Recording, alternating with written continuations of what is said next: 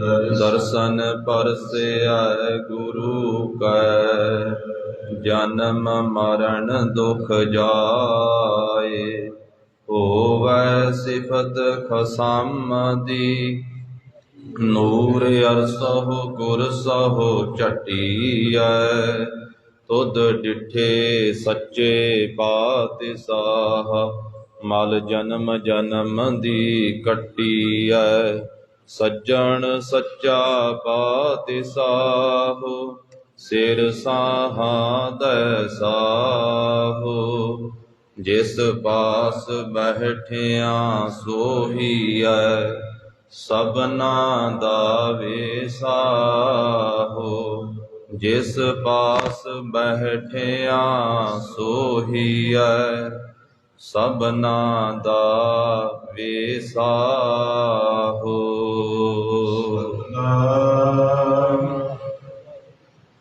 श्री वाहिगुरु साहिब जी। मुंदावड़ी महला पंजवा।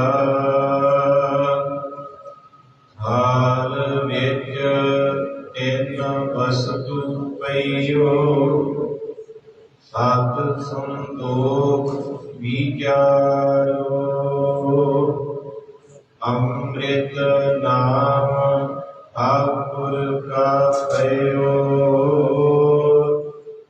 जिसका सब आधारो। हाल विच तिन वस्तु पईओ, सत संतोख विचारो।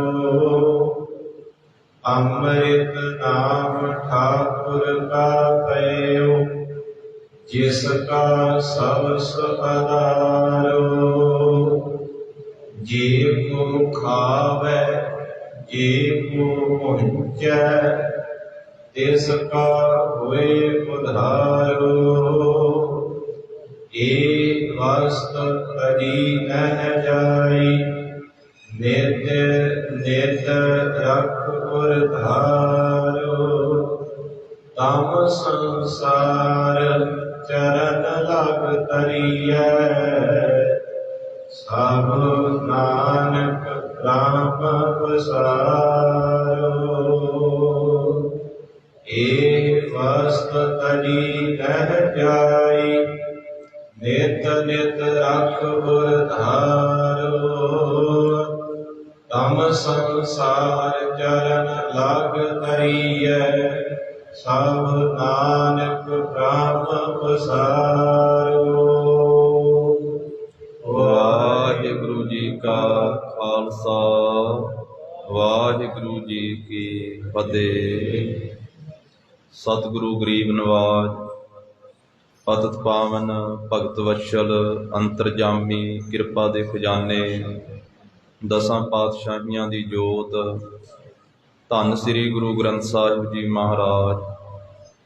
सतगुरां दी अपरपार किरपा रहमत दा सदका, गरीब नवाज सतगुरु जी दे चरनां दी शोभ प्राप्त ये नगरी डल्ला साहिब, जिथे गुरु साहिबां ने अपने पावन पवित्र चरण पाए। और महाराज साहब जी का ये पावनी स्थान गुरुद्वारा श्री बौड़ी साहिब, जो सतगुरु पंचम पातशाह महाराज साहब जी ने आप कृपा की। और इस बौड़ी साहब का टक अपने कर कमलों के नाल लाउंदियां होइयां महाराज साहब जी ने अपने सिखां सेवकां नूं, भाई सालो जी आदि सिखां नूं सेवा बख्श करके और ये बौड़ी साहब की रचना करवाई। और महाराज साहब जी दे ये चरनां की शोभ प्राप्त नगरी ये साध संगत जी तीर्थ बन गया, जिथे गुरु साहिबां दे चरण पै जान, जिथे बाबा पैर धरे, पूजा आसन थापन सोआ। और इस नगरी दे विच गुरु साहिब जी दे महान सिख भाई साहब भाई पारो जी परमहंस, भाई लालो जी आदਿਕ गुरसिख होए हन। ਸੋ 72 ਬ੍ਰਹਮ ਗਿਆਨੀ ਗੁਰਸਿੱਖ ਜਿਨ੍ਹਾਂ ਨੇ ਗੁਰੂ ਸਾਹਿਬ ਜੀ ਤੋਂ ਸਿੱਖੀ ਪ੍ਰਾਪਤ ਕਰਕੇ ਬ੍ਰਹਮ ਗਿਆਨ ਪ੍ਰਾਪਤ ਕੀਤਾ ਔਰ ਗੁਰੂ ਕੀ ਮਹਾਰਾਜ ਸਾਹਿਬ ਜੀ ਦੀਆਂ ਖੁਸ਼ੀਆਂ ਪ੍ਰਾਪਤ ਕੀਤੀਆਂ। ਤੋ ਐਸਾ ਗੁਰੂ ਸਾਹਿਬ ਜੀ ਕਾ ਇਹ ਪਾਵਨ ਪਵਿੱਤਰ ਸਥਾਨ ਗੁਰਦੁਆਰਾ ਸ੍ਰੀ ਬੌਲੀ ਸਾਹਿਬ, ਜਿੱਥੇ ਆਪਾਂ ਸਾਧ ਸੰਗਤ ਜੀ ਧੰਨ ਸ੍ਰੀ ਗੁਰੂ ਗ੍ਰੰਥ ਸਾਹਿਬ ਮਹਾਰਾਜ ਜੀ ਦੇ ਚਰਨਾਂ ਦੇ ਵਿੱਚ ਜੁੜ ਮਿਲ ਕੇ ਬੈਠੇ ਹਾਂ। ਪਾਰ ਬ੍ਰਹਮ ਹੋਆ ਸਹਾਈ, ਕਥਾ ਕੀਰਤਨ ਸੁਖਦਾਈ। ਅੰਮ੍ਰਿਤ ਵੇਲੇ ਤੋਂ ਸਤਿਗੁਰੂ ਜੀ ਦੇ ਪਾਵਨ ਦਰਬਾਰ ਦੀ ਮਰਿਆਦਾ ਅਨੁਸਾਰ ਅੰਮ੍ਰਿਤ ਬਾਣੀ, ਪੰਜ ਬਾਣੀਆਂ ਦਾ ਨਿਤਨੇਮ, ਆਸਾ ਕੀ ਵਾਰ ਦਾ ਸੰਪੂਰਨ ਕੀਰਤਨ ਹੋਇਆ ਹੈ ਔਰ ਲੜੀਵਾਰ ਚੱਲ ਰਹੀ ਗੁਰੂ ਮਹਾਰਾਜ ਸਾਹਿਬ ਜੀ ਦੀ ਕਥਾ, ਜਿਸ ਦੀ ਸਾਧ ਸੰਗਤ ਜੀ ਅੱਜ ਸੰਪੂਰਨਤਾਈ ਹੋ ਰਹੀ ਹੈ। ਜੋ ਪਿਛਲੇ ਕਈਆਂ ਸਾਲਾਂ ਤੋਂ ਇਸ ਸਥਾਨ ਤੇ ਧੰਨ ਸ੍ਰੀ ਗੁਰੂ ਗ੍ਰੰਥ ਸਾਹਿਬ ਮਹਾਰਾਜ ਜੀ ਦੀ ਅੰਮ੍ਰਿਤ ਬਾਣੀ ਦੀ ਲੜੀਵਾਰ ਕਥਾ ਦਾ ਪ੍ਰਵਾਹ ਚੱਲ ਰਿਹਾ ਸੀ, ਤੋ ਅੱਜ ਸਤਿਗੁਰੂ ਸਾਹਿਬ ਜੀ ਕੀ ਕਿਰਪਾ ਦ੍ਰਿਸ਼ਟੀ ਦੇ ਨਾਲ ਸਾਧ ਸੰਗਤ ਜੀ ਸਮਾਪਤੀ ਹੋਵੇਗੀ, ਭੋਗ ਸੰਪੂਰਨ ਹੋਣਗੇ ਔਰ ਉਪਰੰਤ ਮਹਾਰਾਜ ਸਾਹਿਬ ਸੱਚੇ ਪਾਤਸ਼ਾਹ ਜੀ ਦਾ ਸ਼ੁਕਰਾਨਾ ਕਰਦਿਆਂ ਹੋਇਆਂ ਔਰ ਭੁੱਲਾਂ ਚੁੱਕਾਂ ਦੀ ਮਾਫੀ ਮੰਗਦਿਆਂ ਹੋਇਆਂ ਗੁਰੂ ਮਹਾਰਾਜ ਸਾਹਿਬ ਜੀ ਕੀ ਅੰਮ੍ਰਿਤ ਬਾਣੀ ਦੇ ਸ੍ਰੀ ਅਖੰਡ ਪਾਠ ਸਾਹਿਬ ਆਰੰਭ ਹੋਣਗੇ। ਸਤਿਗੁਰੂ ਸਾਹਿਬ ਜੀ ਦਾ ਸ਼ੁਕਰਾਨਾ ਕਰਦਿਆਂ ਹੋਇਆਂ ਔਰ ਜੋ ਸਾਧ ਸੰਗਤ ਜੀ ਮਰਿਆਦਾ ਹੈ ਗੁਰੂ ਕਲਗੀਧਰ ਪਾਤਸ਼ਾਹ ਗਰੀਬ ਨਵਾਜ ਸਾਹਿਬ ਜੀ ਨੇ ਬਖਸ਼ਿਸ਼ ਕੀਤੀ ਹੈ। ਧੰਨ ਗੁਰੂ ਕਲਗੀਧਰ ਪਾਤਸ਼ਾਹ ਜੀ ਨੇ ਗੁਰੂ ਕੀ ਕਾਂਸ਼ੀ ਸਾਬੋ ਕੀ ਤਲਵੰਡੀ, ਜੋ ਦਮਦਮੀ ਟਕਸਾਲ ਦੇ ਅੰਦਰ ਸੰਪਰਦਾਵਾਂ ਦੇ ਅੰਦਰ ਜੋ ਗੁਰੂ ਕੀ ਅੰਮ੍ਰਿਤ ਬਾਣੀ ਦੀ ਕਥਾ ਦਾ ਜਿਸ ਵੇਲੇ ਭੋਗ ਪਾਇਆ ਜਾਂਦਾ ਹੈ ਤਾਂ ਉਸ ਦਿਨ ਇੱਕੇ ਦਿਨ ਹੀ ਸਾਧ ਸੰਗਤ ਜੀ ਭੋਗ ਦੇ ਸ਼ਲੋਕ ਤੇ ਰਾਗਮਾਲਾ ਦੇ ਸਮੇਤ ਸਾਰੀ ਸਮਾਪਤੀ ਕੀਤੀ ਜਾਂਦੀ ਹੈ। ਔਰ ਇਸੇ ਤਰ੍ਹਾਂ ਵੱਖ-ਵੱਖ ਸਥਾਨਾਂ ਦੀ ਵੀ ਮਰਿਆਦਾ ਦੇ ਅਨੁਸਾਰ ਕਈਆਂ ਥਾਵਾਂ 'ਤੇ ਇਸੇ ਤਰ੍ਹਾਂ ਥੋੜ੍ਹੇ ਕਰਕੇ ਭੋਗ ਦੇ ਸ਼ਲੋਕਾਂ ਦੀ ਵਿਚਾਰ ਕੀਤੀ ਜਾਂਦੀ ਹੈ ਤੇ ਫਿਰ ਸਮਾਪਤੀ ਕੀਤੀ ਜਾਂਦੀ ਹੈ। ਤੋ ਆਪ ਜੀ ਨੇ ਪਿਛਲੇ ਦਿਨਾਂ ਦੇ ਵਿੱਚ ਜੋ ਲੜੀਵਾਰ ਕਥਾ ਦੇ ਅੰਦਰ ਭੋਗ ਦੇ ਸ਼ਲੋਕਾਂ ਦੀ ਕਥਾ ਸਰਵਣ ਕੀਤੀ ਹੈ ਔਰ ਅੱਜ ਦੇ ਦੀਵਾਨ ਅੰਦਰ ਸਤਿਗੁਰੂ ਪੰਚਮ ਪਾਤਸ਼ਾਹ ਜੀ ਦੇ ਪਵਿੱਤਰ ਬਚਨ ਮੁੰਦਾਵਣੀ ਮਹੱਲਾ ਪੰਜਵਾ ਅਤੇ ਸ਼ਲੋਕ ਮਹੱਲਾ ਪੰਜਵਾ ਤੇ ਰਾਗਮਾਲਾ ਦੀ ਵਿਚਾਰ ਸਾਧ ਸੰਗਤ ਜੀ ਆਪਾਂ ਸਾਂਝੀ ਕਰਾਂਗੇ। ਸੋ ਆਰੰਭ ਦੇ ਵਿੱਚ ਕੁਝ ਬੇਨਤੀਆਂ ਗੁਰੂ ਮਹਾਰਾਜ ਸਾਹਿਬ ਜੀ ਦੇ ਇਤਿਹਾਸ ਵਿੱਚੋਂ ਸਾਂਝੀਆਂ ਕਰਕੇ ਫਿਰ ਲੜੀਵਾਰ ਕਥਾ ਆਪਾਂ ਆਰੰਭ ਕਰਦੇ ਹਾਂ। ਧੰਨ ਸ੍ਰੀ ਗੁਰੂ ਅਰਜਨ ਦੇਵ ਸਾਹਿਬ ਸੱਚੇ ਪਾਤਸ਼ਾਹ ਜੀ ਨੇ, ਜਿਨ੍ਹਾਂ ਨੇ ਇਸ ਨਗਰ ਵਿੱਚ ਵੀ ਚਰਨ ਪਾ ਕਰਕੇ ਇਸ ਨਗਰ ਨੂੰ ਪਵਿੱਤਰ ਕੀਤਾ। ਮਹਾਰਾਜ ਸਾਹਿਬ ਜੀ ਨੇ ਇਹ ਸਾਰੀ ਬਾਣੀ ਸਾਧ ਸੰਗਤ ਜੀ ਸਭ ਤੋਂ ਪਹਿਲਾਂ ਸ੍ਰੀਮਾਨ ਭਾਈ ਗੁਰਦਾਸ ਸਾਹਿਬ ਜੀ ਨੂੰ ਲਿਖਾਰੀ ਲਾ ਕਰਕੇ ਸਾਰੀ ਬਾਣੀ ਲਿਖਵਾਈ ਹੈ ਗੁਰੂ ਸਾਹਿਬ ਜੀ ਨੇ।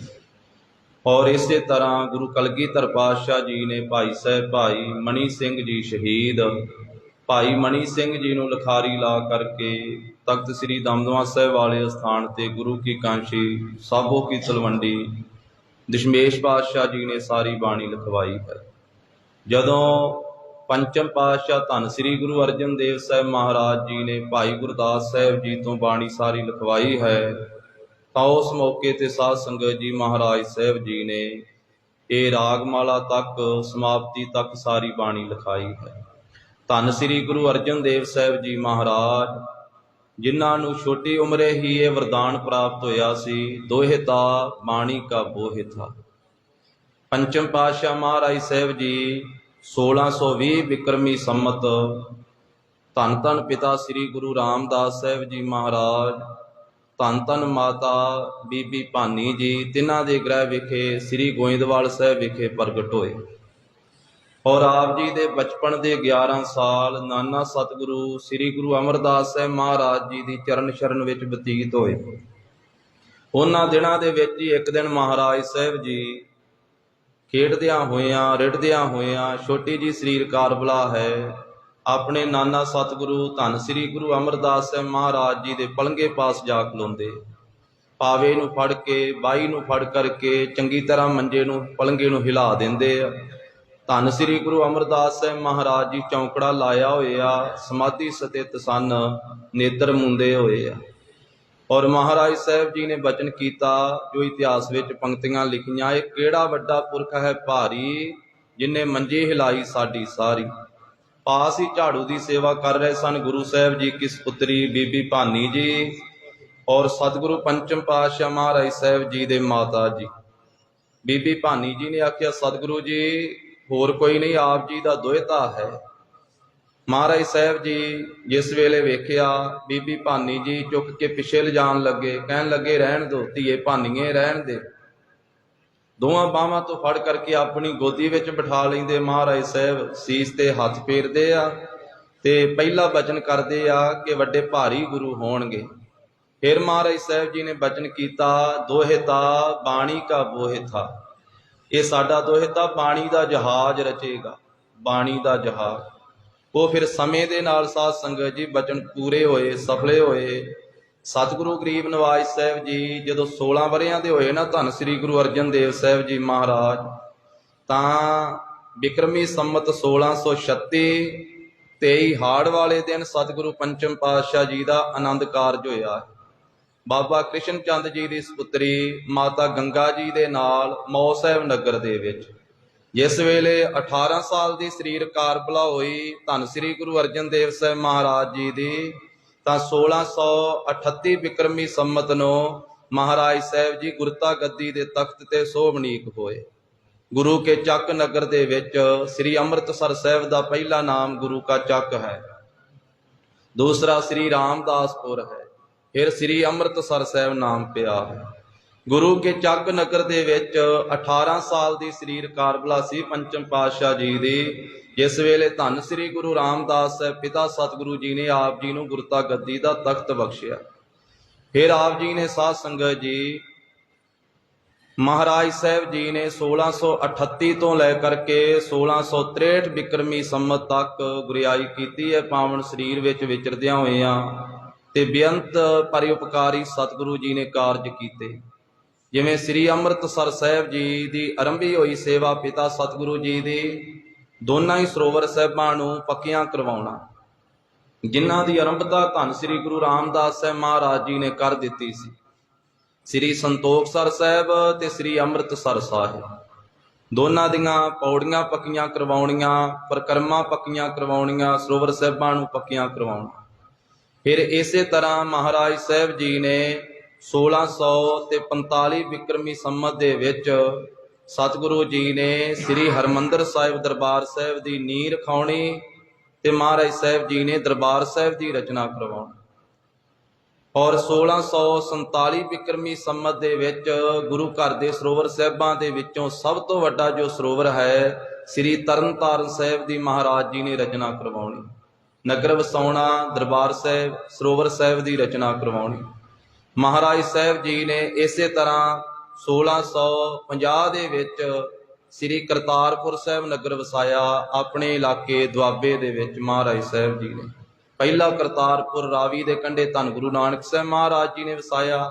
ਇਹ ਜੋ ਇਸ ਦੁਆਬੇ ਦੇ ਇਲਾਕੇ ਵਿੱਚ ਇਹ ਕਰਤਾਰਪੁਰ ਸਾਹਿਬ ਪੰਜਵੇਂ ਪਾਤਸ਼ਾਹ ਮਹਾਰਾਜ ਸਾਹਿਬ ਜੀ ਨੇ ਵਸਾਇਆ। ਇਸੇ ਤਰ੍ਹਾਂ ਗਰੀਬ ਨਵਾਜ ਸਾਹਿਬ ਜੀ ਵਿਚਰਦੇ ਵਿਚਰਦੇ ਸ੍ਰੀ ਅੰਮ੍ਰਿਤਸਰ ਸਾਹਿਬ ਦੇ ਵਿੱਚ ਪਹੁੰਚਦੇ ਆ। ਬਾਬਾ ਪ੍ਰਿਥੀ ਚੰਦ ਬਹੁਤ ਈਰਖਾ ਕਰਦਾ ਹੈ, ਕਦੀ ਸੁਲੀ ਖਾਨ ਕਦੀ ਸਲੱਬੀ ਖਾਨ ਨੂੰ ਚੜਾ ਕੇ ਲਿਆਉਂਦਾ ਹੈ। ਤਾਂ ਮਹਾਰਾਜ ਸਾਹਿਬ ਕਹਿੰਦੇ ਕਿ ਅਸੀਂ ਈਰਖਾ ਨਹੀਂ ਕਰਨੀ, ਅਸੀਂ ਝਗੜਾ ਨਹੀਂ ਕਰਨਾ, ਅਸੀਂ ਅੰਮ੍ਰਿਤਸਰ ਸਾਹਿਬ ਛੱਡ ਕੇ ਪਰਾਂ ਹੀ ਚਲੇ ਜਾਂਦੇ ਹਾਂ। ਸਮੇਤ ਪਰਿਵਾਰ ਦੇ ਸਿੱਖਾਂ ਨੂੰ ਵੀ ਆਖਿਆ, ਜਿਨ੍ਹਾਂ ਨੇ ਭਾਈ ਸਾਡੇ ਨਾਲ ਚੱਲਣਾ ਉਹ ਚੱਲੀਏ। ਸਤਿਗੁਰੂ ਅੰਮ੍ਰਿਤਸਰ ਸਾਹਿਬ ਛੱਡ ਕਰਕੇ ਤੇ ਪਰਾਂ ਵਡਾਲੀ ਨਗਰ ਦੇ ਵਿੱਚ ਚਲੇ ਗਏ। ਤੇ 1652 ਬਿਕਰਮੀ ਸੰਮਤ ਨੂੰ ਉਸ ਨਗਰ ਦੇ ਵਿੱਚ ਫਿਰ ਬ੍ਰਹਮ ਗਿਆਨੀ ਬਾਬਾ ਬੁੱਢਾ ਸਾਹਿਬ ਜੀ ਨੂੰ ਮਹਾਰਾਜ ਸਾਹਿਬ ਜੀ ਨੇ ਇਹ ਵਡਿਆਈਆਂ ਦਿੱਤੀਆਂ। ਉਹਨਾਂ ਦੇ ਬਚਨਾਂ ਦੇ ਨਾਲ ਮੀਰੀ ਪੀਰੀ ਦੇ ਮਾਲਕ ਸਤਿਗੁਰੂ ਹਰਗੋਬਿੰਦ ਸਾਹਿਬ ਮਹਾਰਾਜ ਸਾਹਿਬ ਜੀ ਦਾ ਪ੍ਰਕਾਸ਼ ਹੋਇਆ। ਸਮੇਂ ਦੇ ਨਾਲ ਫਿਰ ਮਹਾਰਾਜ ਸਾਹਿਬ ਜੀ ਅੰਮ੍ਰਿਤਸਰ ਸਾਹਿਬ ਵਿੱਚ ਆਉਂਦੇ ਹਨ ਔਰ ਇੱਥੇ ਰਹਿੰਦਿਆਂ ਹੋਇਆਂ ਹੀ ਫਿਰ ਸ੍ਰੀ ਗੋਇੰਦਵਾਲ ਸਾਹਿਬ ਤੋਂ ਪਾਵਨ ਪੋਥੀਆਂ ਸਾਹਿਬ ਆਪ ਜੀ ਜਾ ਕਰਕੇ ਲਿਆਉਂਦੇ ਆ। ਤੇ ਸ੍ਰੀ ਅੰਮ੍ਰਿਤਸਰ ਸਾਹਿਬ ਮਹਾਰਾਜ ਸਾਹਿਬ ਜੀ ਜਿੱਥੇ ਦੁੱਖ ਭੰਜਣੀ ਬੇਰੀ ਹੈ ਉਹਦੇ ਪਾਸ ਹੀ ਉਹ ਥੜਾ ਹੈ ਸਾਧ ਸੰਗਤ ਜੀ, ਥੜਾ ਜਿਸ ਨੂੰ 68 ਘਾਟ ਕਿਹਾ ਜਾਂਦਾ। ਉਸ ਥਾਂ ਤੇ ਪਾਲਕੀ ਸਾਹਿਬ ਪੋਥੀਆਂ ਸਾਹਿਬ ਵਾਲੀ ਸੁਸ਼ੋਭਿਤ ਕਰਕੇ ਬਾਬਾ ਬੁੱਢਾ ਸਾਹਿਬ ਤੇ ਭਾਈ ਗੁਰਦਾਸ ਸਾਹਿਬ ਜੀ ਨੂੰ ਬਚਨ ਕੀਤਾ, ਸਾਰੀ ਰਾਤ ਇੱਥੇ ਕੀਰਤਨ ਕਰਨਾ ਹੈ ਤੇ ਸਾਰੀ ਰਾਤ ਪੋਥੀਆਂ ਸਾਹਿਬ ਉੱਤੇ ਚੌਰ ਸਾਹਿਬ ਕਰਨਾ ਹੈ। ਸਾਰੀ ਰਾਤ ਇਹ ਕੀਰਤਨ ਹੋਇਆ ਤੇ ਪੋਥੀਆਂ ਸਾਹਿਬ ਤੇ ਚੌਰ ਹੋਇਆ ਤੇ ਉੱਥੇ ਹੀ ਸ਼ਬਦ ਉਚਾਰਨ ਕੀਤਾ ਸੀ, ਪੋਥੀ ਪਰਮੇਸ਼ਰ ਕਾ ਥਾਨ। ਗਰੀਬ ਨਵਾਜ ਸਾਹਿਬ ਸੱਚੇ ਪਾਤਸ਼ਾਹ ਜੀ ਨੇ ਫਿਰ ਉੱਥੋਂ ਹੀ, ਜਿੱਥੇ ਸ੍ਰੀ ਰਾਮਸਰ ਸਾਹਿਬ ਸਰੋਵਰ ਹੈ, ਉਹਨਾਂ ਦਿਨਾਂ ਵਿੱਚ ਉੱਥੇ ਬਹੁਤੇ ਦਰਖਤ, ਪਿੱਪਲ, ਬੇਰੀਆਂ ਆਦਿਕ ਮਹਾਰਾਜ ਸਾਹਿਬ ਜੀ ਨੇ ਸਾਰੀ ਸਫਾਈ ਕਰਾ ਕਰਕੇ ਸਰੋਵਰ ਸਾਹਿਬ ਦੀ ਰਚਨਾ ਕਰਵਾ ਕੇ ਉਹਦੇ ਕੰਢੇ ਤੇ 2 ਤੰਬੂ ਲਵਾਏ, ਇੱਕ ਆਪਣਾ, ਇੱਕ ਭਾਈ ਗੁਰਦਾਸ ਸਾਹਿਬ ਜੀ ਵਾਲਾ। ਤੇ ਇਸੇ ਤਰ੍ਹਾਂ ਇਧਰ ਦਰਬਾਰ ਸਾਹਿਬ ਦੀ ਸੇਵਾ ਬ੍ਰਹਮ ਗਿਆਨੀ ਬਾਬਾ ਬੁੱਢਾ ਸਾਹਿਬ ਜੀ ਨੂੰ ਬਖਸ਼ਿਸ਼ ਕੀਤੀ। ਕਹਿਣ ਲੱਗੇ ਕਿ ਬਾਬਾ ਜੀ, ਸਿੱਖ ਸੰਗਤਾਂ ਨੂੰ ਤੁਸੀਂ ਮਿਲਣਾ ਹੈ ਤੇ ਸਭ ਦੇਖ ਰੇਖ ਤੁਸੀਂ ਕਰਨੀ ਹੈ, ਅਸੀਂ ਹੁਣ ਧੁਰ ਕੀ ਬਾਣੀ ਲਿਖਾਵਾਂਗੇ। ਭਾਈ ਗੁਰਦਾਸ ਸਾਹਿਬ ਜੀ ਨੂੰ ਲਿਖਾਰੀ ਲਾ ਕਰਕੇ ਮਹਾਰਾਜ ਸਾਹਿਬ ਜੀ ਬਾਣੀ ਲਿਖਾਉਣ ਲੱਗੇ। ਤੇ ਦੁਪਹਿਰੇ ਮਹਾਰਾਜ ਸਾਹਿਬ ਜੀ ਇੱਕ ਵਾਰੀ ਜ਼ਰੂਰ ਦਰਬਾਰ ਸਾਹਿਬ ਆਇਆ ਕਰਦੇ ਸੀ, ਸੰਗਤਾਂ ਨੂੰ ਦਰਸ਼ਨ ਦੇਣੇ, ਮਹਾਰਾਜ ਸਾਹਿਬ ਜੀ ਨੇ ਬਚਨ ਕਰਨੇ। ਬਾਕੀ ਸਾਰੀ ਜ਼ਿੰਮੇਵਾਰੀ ਬਾਬਾ ਬੁੱਢਾ ਸਾਹਿਬ ਜੀ ਨੂੰ ਸੌਂਪੀ ਸੀ। ਗਰੀਬ ਨਵਾਜ ਸਾਹਿਬ ਜੀ ਨੇ 1659 ਬਿਕਰਮੀ ਸੰਮਤ ਦੇ ਅੰਤਲੇ ਦਿਨਾਂ ਦੇ ਵਿੱਚ ਭਾਈ ਗੁਰਦਾਸ ਸਾਹਿਬ ਜੀ ਨੂੰ ਲਿਖਾਰੀ ਲਾ ਕੇ ਇਹ ਧੁਰ ਕੀ ਬਾਣੀ ਸਾਧ ਸੰਗਤ ਜੀ ਲਿਖਾਉਣੀ ਆਰੰਭ ਕੀਤੀ। 1660 ਦਾ ਸਾਰਾ ਹੀ ਸਾਲ ਬਾਣੀ ਲਿਖਾਈ ਤੇ ਮਹਾਰਾਜ ਸਾਹਿਬ ਜੀ ਨੇ 1661 ਬਿਕਰਮੀ ਸੰਮਤ ਨੂੰ ਇਹ ਸਾਰੀ ਬਾਣੀ ਲਿਖਾ ਕੇ ਤੇ ਪਾਵਨ ਪਵਿੱਤਰ ਸਰੂਪ ਤਿਆਰ ਹੋਇਆ। ਤੇ ਫਿਰ ਮਹਾਰਾਜ ਸਾਹਿਬ ਜੀ ਨੇ ਭਾਈ ਬੰਨੋ ਜੀ ਨੂੰ, ਜੋ ਮਾਂਗਟ ਨਿਵਾਸੀ ਸਨ, ਉਹਨਾਂ ਨੂੰ ਮਹਾਰਾਜ ਸਾਹਿਬ ਜੀ ਨੇ ਸੇਵਾ ਲਾਈ, ਲਾਹੌਰ ਜਾ ਕਰਕੇ ਤੇ ਜਿਲਦ ਬਣਾ ਕਰਕੇ ਲਿਆਂਦੀ। ਸਿੱਖ ਸੰਗਤਾਂ ਦੇ ਵਿੱਚ ਦੱਸਿਆ ਕਿ ਭਾਦਰੋਂ ਮਹੀਨੇ ਦੀ ਸੁਦੀ ਏਕਮ ਵਾਲੇ ਦਿਨ, ਮੱਸਿਆ ਤੋਂ ਅਗਲੇ ਦਿਨ ਸੁਦੀ ਏਕਮ ਆਰੰਭ ਹੁੰਦੀ ਹੈ। ਜੋ ਭਾਦਰੋਂ ਮਹੀਨੇ ਦੇ ਵਿੱਚ ਮੱਸਿਆ ਆਵੇਗੀ, ਮੱਸਿਆ ਤੋਂ ਅਗਲੇ ਦਿਨ ਸੁਦੀ ਏਕਮ ਵਾਲੇ ਦਿਨ ਸ੍ਰੀ ਦਰਬਾਰ ਸਾਹਿਬ ਦੇ ਅੰਦਰ ਪਹਿਲਾ ਪ੍ਰਕਾਸ਼ ਕਰਵਾਇਆ ਜਾਵੇਗਾ। 1661 ਬਿਕਰਮੀ ਸੰਮਤ ਹੈ, ਭਾਦਰੋਂ ਸੁਦੀ ਏਕਮ ਦਾ ਦਿਨ ਹੈ, ਈਸਵੀ ਸਨ 1604 ਹੈ। ਤੇ ਮਹਾਰਾਜ ਸਾਹਿਬ ਜੀ ਨੇ ਸਾਰੀਆਂ ਸਿੱਖ ਸੰਗਤਾਂ ਨੂੰ ਇਕੱਤਰ ਕਰਕੇ ਬ੍ਰਹਮ ਗਿਆਨੀ ਬਾਬਾ ਬੁੱਢਾ ਸਾਹਿਬ ਜੀ ਨੂੰ ਇਹ ਸੇਵਾ ਸੌਂਪੀ। 98 ਸਾਲ ਦੀ ਉਮਰ ਸੀ ਬਾਬਾ ਬੁੱਢਾ ਸਾਹਿਬ ਜੀ ਦੀ ਉਸ ਮੌਕੇ ਤੇ। ਸ੍ਰੀ ਰਾਮਸਰ ਸਾਹਿਬ ਵਾਲੇ ਅਸਥਾਨ ਤੋਂ ਮਹਾਰਾਜ ਸਾਹਿਬ ਜੀ ਨੇ ਆਖਿਆ, ਬਾਬਾ ਜੀ ਇਹ ਸੇਵਾ ਤੁਸੀਂ ਕਰਨੀ ਹੈ। ਪਾਵਨ ਪਵਿੱਤਰ ਸਰੂਪ ਬਾਬਾ ਬੁੱਢਾ ਸਾਹਿਬ ਜੀ ਦੇ ਸੀਸ ਤੇ ਸੁਭਾਇਮਾਨ ਕੀਤਾ। ਪੰਚਮ ਪਾਤਸ਼ਾਹ ਆਪ ਆਪਣੇ ਕਰ ਕਮਲਾਂ ਵਿੱਚ ਚੌਰ ਲਿਆ। ਉਸ ਵੇਲੇ ਨਰਸਿੰਘੇ ਤੇ ਹੋਰ ਸਾਜ ਸਾਧ ਸੰਗਤ ਜੀ ਵਜਾਉਂਦਿਆਂ ਹੋਇਆਂ ਤੇ 9 ਸਾਲ ਦੀ ਉਮਰ ਗੁਰੂ ਹਰਗੋਬਿੰਦ ਸਾਹਿਬ ਮਹਾਰਾਜ ਜੀ ਦੀ ਉਹ ਵੀ ਨਾਲ ਹਨ, ਭਾਈ ਗੁਰਦਾਸ ਸਾਹਿਬ ਜੀ, ਹੋਰ ਸਾਰੇ ਮਹਾਨ ਗੁਰਸਿੱਖ। ਤੇ ਸੱਚਖੰਡ ਸ੍ਰੀ ਹਰਿਮੰਦਰ ਸਾਹਿਬ ਦੇ ਵਿੱਚ ਪਹਿਲਾ ਪ੍ਰਕਾਸ਼ ਕੀਤਾ ਗਿਆ। ਬੋਲੇ ਸੋ ਨਿਹਾਲ, ਸਤਿ ਸ੍ਰੀ ਅਕਾਲ। ਔਰ ਗਰੀਬ ਨਵਾਜ ਸਾਹਿਬ ਜੀ ਆਪ ਚੌਰ ਕਰ ਰਹੇ ਆ, ਬਾਬਾ ਜੀ ਨੇ ਪ੍ਰਕਾਸ਼ ਕੀਤਾ ਹੈ ਤੇ ਮਹਾਰਾਜ ਨੇ ਬਚਨ ਕੀਤਾ, ਬੁੱਢਾ ਸਾਹਿਬ ਖੋਲੋ ਗ੍ਰੰਥ, ਲਿਹੋ ਆਵਾਜ਼, ਸੁਣੇ ਸਭ ਪੰਥ। ਮਹਾਰਾਜ ਸਾਹਿਬ ਜੀ ਦਾ ਬਚਨ ਮੰਨ ਕਰਕੇ ਬਾਬਾ ਜੀ ਨੇ ਪ੍ਰਕਾਸ਼ ਕੀਤਾ ਤੇ ਆਗਿਆ ਲੈ ਕਰਕੇ ਸ੍ਰੀ ਮੁਖ ਵਾਕ ਸੁਣਾਇਆ। ਤੇ ਉਸ ਵੇਲੇ ਸ੍ਰੀ ਮੁਖ ਵਾਕ ਆਇਆ, ਆਪਾਂ ਸਾਰੀ ਜਾਣਦੇ ਆ, ਸੂਹੀ ਮਹੱਲਾ ਪੰਜਵਾ, ਸੰਤਾ ਕੇ ਕਾਰਜ ਆਪ ਖਲੋਇਆ, ਹਰ ਕੰਮ ਕਰਾਵਣੇ ਆਇਆ ਰਾਮ, ਧਰਤ ਸੁਹਾਵੀ ਤਾਲ ਸੁਹਾਵਾ, ਵਿੱਚ ਅੰਮ੍ਰਿਤ ਜਲ ਛਾਇਆ ਰਾਮ। ਮਹਾਰਾਜ ਸਾਹਿਬ ਸੱਚੇ ਪਾਤਸ਼ਾਹ ਨੇ ਫਿਰ ਆਗਿਆ ਕੀਤੀ, ਬਾਬਾ ਜੀ ਸੰਪੂਰਨ ਜਪਜੀ ਸਾਹਿਬ ਦਾ ਪਾਠ ਸੁਣਾਓ। ਤੇ ਬਾਬਾ ਜੀ ਨੇ ਸੰਪੂਰਨ ਜਪਜੀ ਸਾਹਿਬ ਦਾ ਪਾਠ ਸੁਣਾਇਆ। ਸੰਗਤਾਂ ਦਰਬਾਰ ਸਾਹਿਬ ਅੰਦਰ ਵੀ ਬੈਠੀਆਂ ਹੋਈਆਂ। ਸਾਰਾ ਪੁਲ 240 ਫੁੱਟ ਲੰਮਾ ਹੈ ਪੁਲ, ਜੋ ਦਰਸ਼ਨੀ ਡਿਉੜੀ ਤੋਂ ਲੈ ਕੇ ਦਰਬਾਰ ਸਾਹਿਬ ਤੀਕ ਜਾਂਦਾ ਹੈ, 21 ਫੁੱਟ ਚੌੜਾ ਹੈ। ਜੋ ਇਹ ਪਾਵਨ ਸਰੋਵਰ ਸਾਹਿਬ ਹੈ ਨਾ ਦਰਬਾਰ ਸਾਹਿਬ ਵਾਲਾ, ਇਹ ਸਾਧ ਸੰਗਤ ਜੀ 500 ਫੁੱਟ ਦੀ ਲੰਬਾਈ ਹੈ ਤੇ 490 ਫੁੱਟ ਚੌੜਾਈ ਹੈ ਤੇ 17 ਫੁੱਟ ਡੂੰਘਾ ਹੈ ਪਾਵਨ ਸਰੋਵਰ ਸਾਹਿਬ, ਜਿਸ ਦੇ ਐਨ ਮੱਧ ਭਾਗ ਦੇ ਵਿੱਚ ਹਰ ਜਪੇ, ਹਰ ਮੰਦਰ ਸਾਜਿਆ, ਸੰਤ ਭਗਤ ਗੁਣ ਗਾਵਹਿ ਰਾਮ। ਸ੍ਰੀ ਦਰਬਾਰ ਸਾਹਿਬ ਸ੍ਰੀ ਹਰਿਮੰਦਰ ਸਾਹਿਬ ਦੀ ਰਚਨਾ ਕੀਤੀ ਹੈ। ਤਾਂ ਮਹਾਰਾਜ ਸਾਹਿਬ ਜੀ ਦਾ ਪ੍ਰਕਾਸ਼ ਹੋਇਆ। ਬਾਬਾ ਜੀ ਨੇ ਜਪਜੀ ਸਾਹਿਬ ਦਾ ਸੰਪੂਰਨ ਪਾਠ ਕੀਤਾ ਹੈ। ਫਿਰ ਰਾਤੀ ਮਹਾਰਾਜ ਸਾਹਿਬ ਜੀ ਨੇ ਸੁਖ ਆਸਨ ਕਰਵਾਇਆ ਹੈ ਕੋਠਾ ਸਾਹਿਬ ਦੇ ਵਿੱਚ, ਜਿੱਥੇ ਆਪ ਬਰਾਜਿਆ ਕਰਦੇ ਸੀ। ਉਸੇ ਪਲੰਗੇ ਤੇ ਨਵੀਂ ਵਿਛਾਈ ਕਰਵਾ ਕੇ ਮਹਾਰਾਜ ਸਾਹਿਬ ਜੀ ਨੂੰ ਬੇਨਤੀ ਕੀਤੀ ਸਿੱਖਾਂ ਨੇ ਕਿ ਸਤਿਗੁਰੂ ਜੀ ਆਪ ਜੀ ਵਾਸਤੇ ਇੱਕ ਹੋਰ ਪਲੰਗਾ ਲਾਈਏ। ਕਹਿਣ ਲੱਗੇ, ਨਹੀਂ, ਅਸੀਂ ਜ਼ਮੀਨ ਤੇ ਹੀ ਪਵਾਂਗੇ, ਬਾਣੀ ਦੇ ਬਰਾਬਰ ਨਹੀਂ, ਭੁੰਜੇ ਹੀ। ਫਿਰ ਮਹਾਰਾਜ ਕਿਰਪਾ ਕਰੋ, ਇੱਕ ਚਾਦਰ ਤਾਂ ਵਿਸ਼ੇਸ਼ ਵਿਛਾ ਲੈਣ ਦਿਓ। ਕਹਿਣ ਲੱਗੇ, ਚਲੋ ਚਾਦਰ ਵਿਛਾ ਲਓ। ਇੱਕ ਚਿੱਟੀ ਚਾਦਰ ਵਿਛਾਈ ਗਈ ਮਹਾਰਾਜ ਸਾਹਿਬ ਪੰਚਮ ਪਾਤਸ਼ਾਹ ਵਾਸਤੇ। ਉਸ ਪਲੰਗੇ ਦੇ ਹੇਠਾਂ ਸਤਿਗੁਰੂ ਪੰਚਮ ਪਾਤਸ਼ਾਹ ਬਿਰਾਜੇ। ਗੁਰਬਾਣੀ ਦਾ ਏਡਾ ਵੱਡਾ ਅਦਬ ਰੱਖਿਆ। ਇਤਿਹਾਸ ਵਿੱਚ ਪੰਕਤੀਆਂ ਆਉਂਦੀਆਂ, ਮਹਾਰਾਜ ਸਾਹਿਬ ਜੀ ਨੇ ਆਖਿਆ, ਸਤਿਗੁਰ ਕੇਰ ਸਰੀਰ ਜੋ ਸਭ ਥਾਨ ਸਮੇਂ ਸਭ ਨਾਂ ਦਰਸੈ ਹੈ। ਗ੍ਰੰਥ ਰਿਦਾ ਗੁਰ ਕੋ ਇਹੋ ਜਾਨੋ ਉੱਤਮ ਹੈ ਸਭ ਕਾਲ ਰਹਿ ਹੈ। ਮੇਰੇ ਸਰੂਪ ਤੇ ਜਾਂ ਤੇ ਹਦੀਰਗ ਸਾਹਿਬ ਜਾਣੇ ਅਦਾਇਬ ਕਹਿ ਹੈ। ਪੂਜੋ ਚੰਦਨ ਕੇਸਰ ਕੋ ਘਾਸ ਧੂਪ ਦਿਖਾਏ ਕੇ ਫੂਲ ਚੜਾਇਆ ਹੈ। ਤੋ ਸਾਧ ਸੰਗਤ ਜੀ, ਸਤਿਗੁਰੂ ਪੰਚਮ ਪਾਤਸ਼ਾਹ ਮਹਾਰਾਜ ਸਾਹਿਬ ਜੀ ਜਿਸ ਸਾਲ ਇਹ ਪ੍ਰਕਾਸ਼ ਕਰਵਾਇਆ ਨਾ, 1661 ਬਿਕਰਮੀ ਸੰਮਤ ਨੂੰ, ਭਾਦਰੋਂ ਸੁਦੀ ਏਕਮ ਨੂੰ, ਉਸੇ ਸਾਲ ਹੀ ਮਹਾਰਾਜ ਸਾਹਿਬ ਜੀ ਆਪਣੇ ਸਾਹਿਬਜ਼ਾਦੇ ਦੀ ਬਰਾਤ ਲੈ ਕੇ ਇਸ ਨਗਰ ਵਿੱਚ ਆਏ। ਉਸੇ ਸਾਲ ਹੀ, ਜਿਸ ਸਾਲ ਪ੍ਰਕਾਸ਼ ਕੀਤਾ ਹੈ। 9 ਸਾਲ ਦੀ ਉਮਰ ਹੈ ਗੁਰੂ ਹਰਗੋਬਿੰਦ ਸਾਹਿਬ ਮਹਾਰਾਜ ਜੀ ਦੀ, ਤੇ ਭਾਦਰੋਂ ਦੇ ਮਹੀਨੇ ਵਿੱਚ ਹੀ ਇੱਥੇ ਆਏ ਸੀ ਮਹਾਰਾਜ ਸਾਹਿਬ। 22 ਭਾਦਰੋਂ ਨੂੰ ਆਨੰਦ ਕਾਰਜ ਹੋਇਆ ਸੀ। 22 ਭਾਦਰੋਂ ਬਿਕਰਮੀ ਸੰਮਤ 1661 ਤੇ ਈਸਵੀ ਸਨ 1604। ਮਹਾਰਾਜ ਸਾਹਿਬ ਸੱਚੇ ਪਾਤਸ਼ਾਹ, ਇਤਿਹਾਸ ਤਾਂ ਲੰਮਾ ਹੈ। ਤੋ ਸਤਿਗੁਰੂ ਜੀ ਬਰਾਤ ਦੇ ਸਮੇਤ ਜਿਸ ਵੇਲੇ ਸੁਲਤਾਨਪੁਰ ਸਾਹਿਬ ਪਹੁੰਚਦੇ, ਇੱਥੇ ਠਹਿਰ ਕਰਕੇ ਇੱਥੋਂ ਫਿਰ ਅੱਗੇ ਇਸ ਥਾਂ ਤੇ ਆਉਂਦੇ। ਸਤਿਕਾਰਯੋਗ ਭਾਈ ਪਾਰੋ ਜੀ, ਉਹਨਾਂ ਦੀ ਬੰਸ ਵਿੱਚੋਂ ਸਨ ਬਾਬਾ ਨਰੈਣ ਦਾਸ ਜੀ। ਬਾਬਾ ਨਰੈਣ ਦਾਸ ਜੀ ਦੀ ਸੁਪੁੱਤਰੀ ਮਾਤਾ ਦਮੋਦਰੀ ਜੀ। ਮਾਤਾ ਦਮੋਦਰੀ ਜੀ ਦੇ ਨਾਲ ਗੁਰੂ ਹਰਗੋਬਿੰਦ ਸਾਹਿਬ ਮਹਾਰਾਜ ਜੀ ਦਾ ਇਹ ਪਹਿਲਾ ਆਨੰਦ ਕਾਰਜ ਹੋਇਆ। ਸਤਿਗੁਰੂ ਜੀ ਦੇ 3 ਆਨੰਦ ਕਾਰਜ ਹੋਏ ਨਾ। 2 ਸ਼ਗਨ ਇਕੱਠੇ ਲੱਗੇ ਸੀ ਜਦੋਂ ਚੰਦੂ ਵਜ਼ੀਰ ਦੀ ਪੁੱਤਰੀ ਦਾ ਰਿਸ਼ਤਾ ਮੋੜਿਆ ਸੀ, ਤਾਂ ਉਸ ਵੇਲੇ ਫਿਰ ਇੱਥੇ ਮਹਾਰਾਜ ਸਾਹਿਬ ਜੀ ਆਏ। ਇਹ ਆਨੰਦ ਕਾਰਜ ਹੁੰਦਾ ਹੈ ਗੁਰੂ ਹਰਗੋਬਿੰਦ ਸਾਹਿਬ ਮਹਾਰਾਜ ਜੀ ਦਾ ਮਾਤਾ ਦਮੋਦਰੀ ਜੀ ਦੇ ਨਾਲ।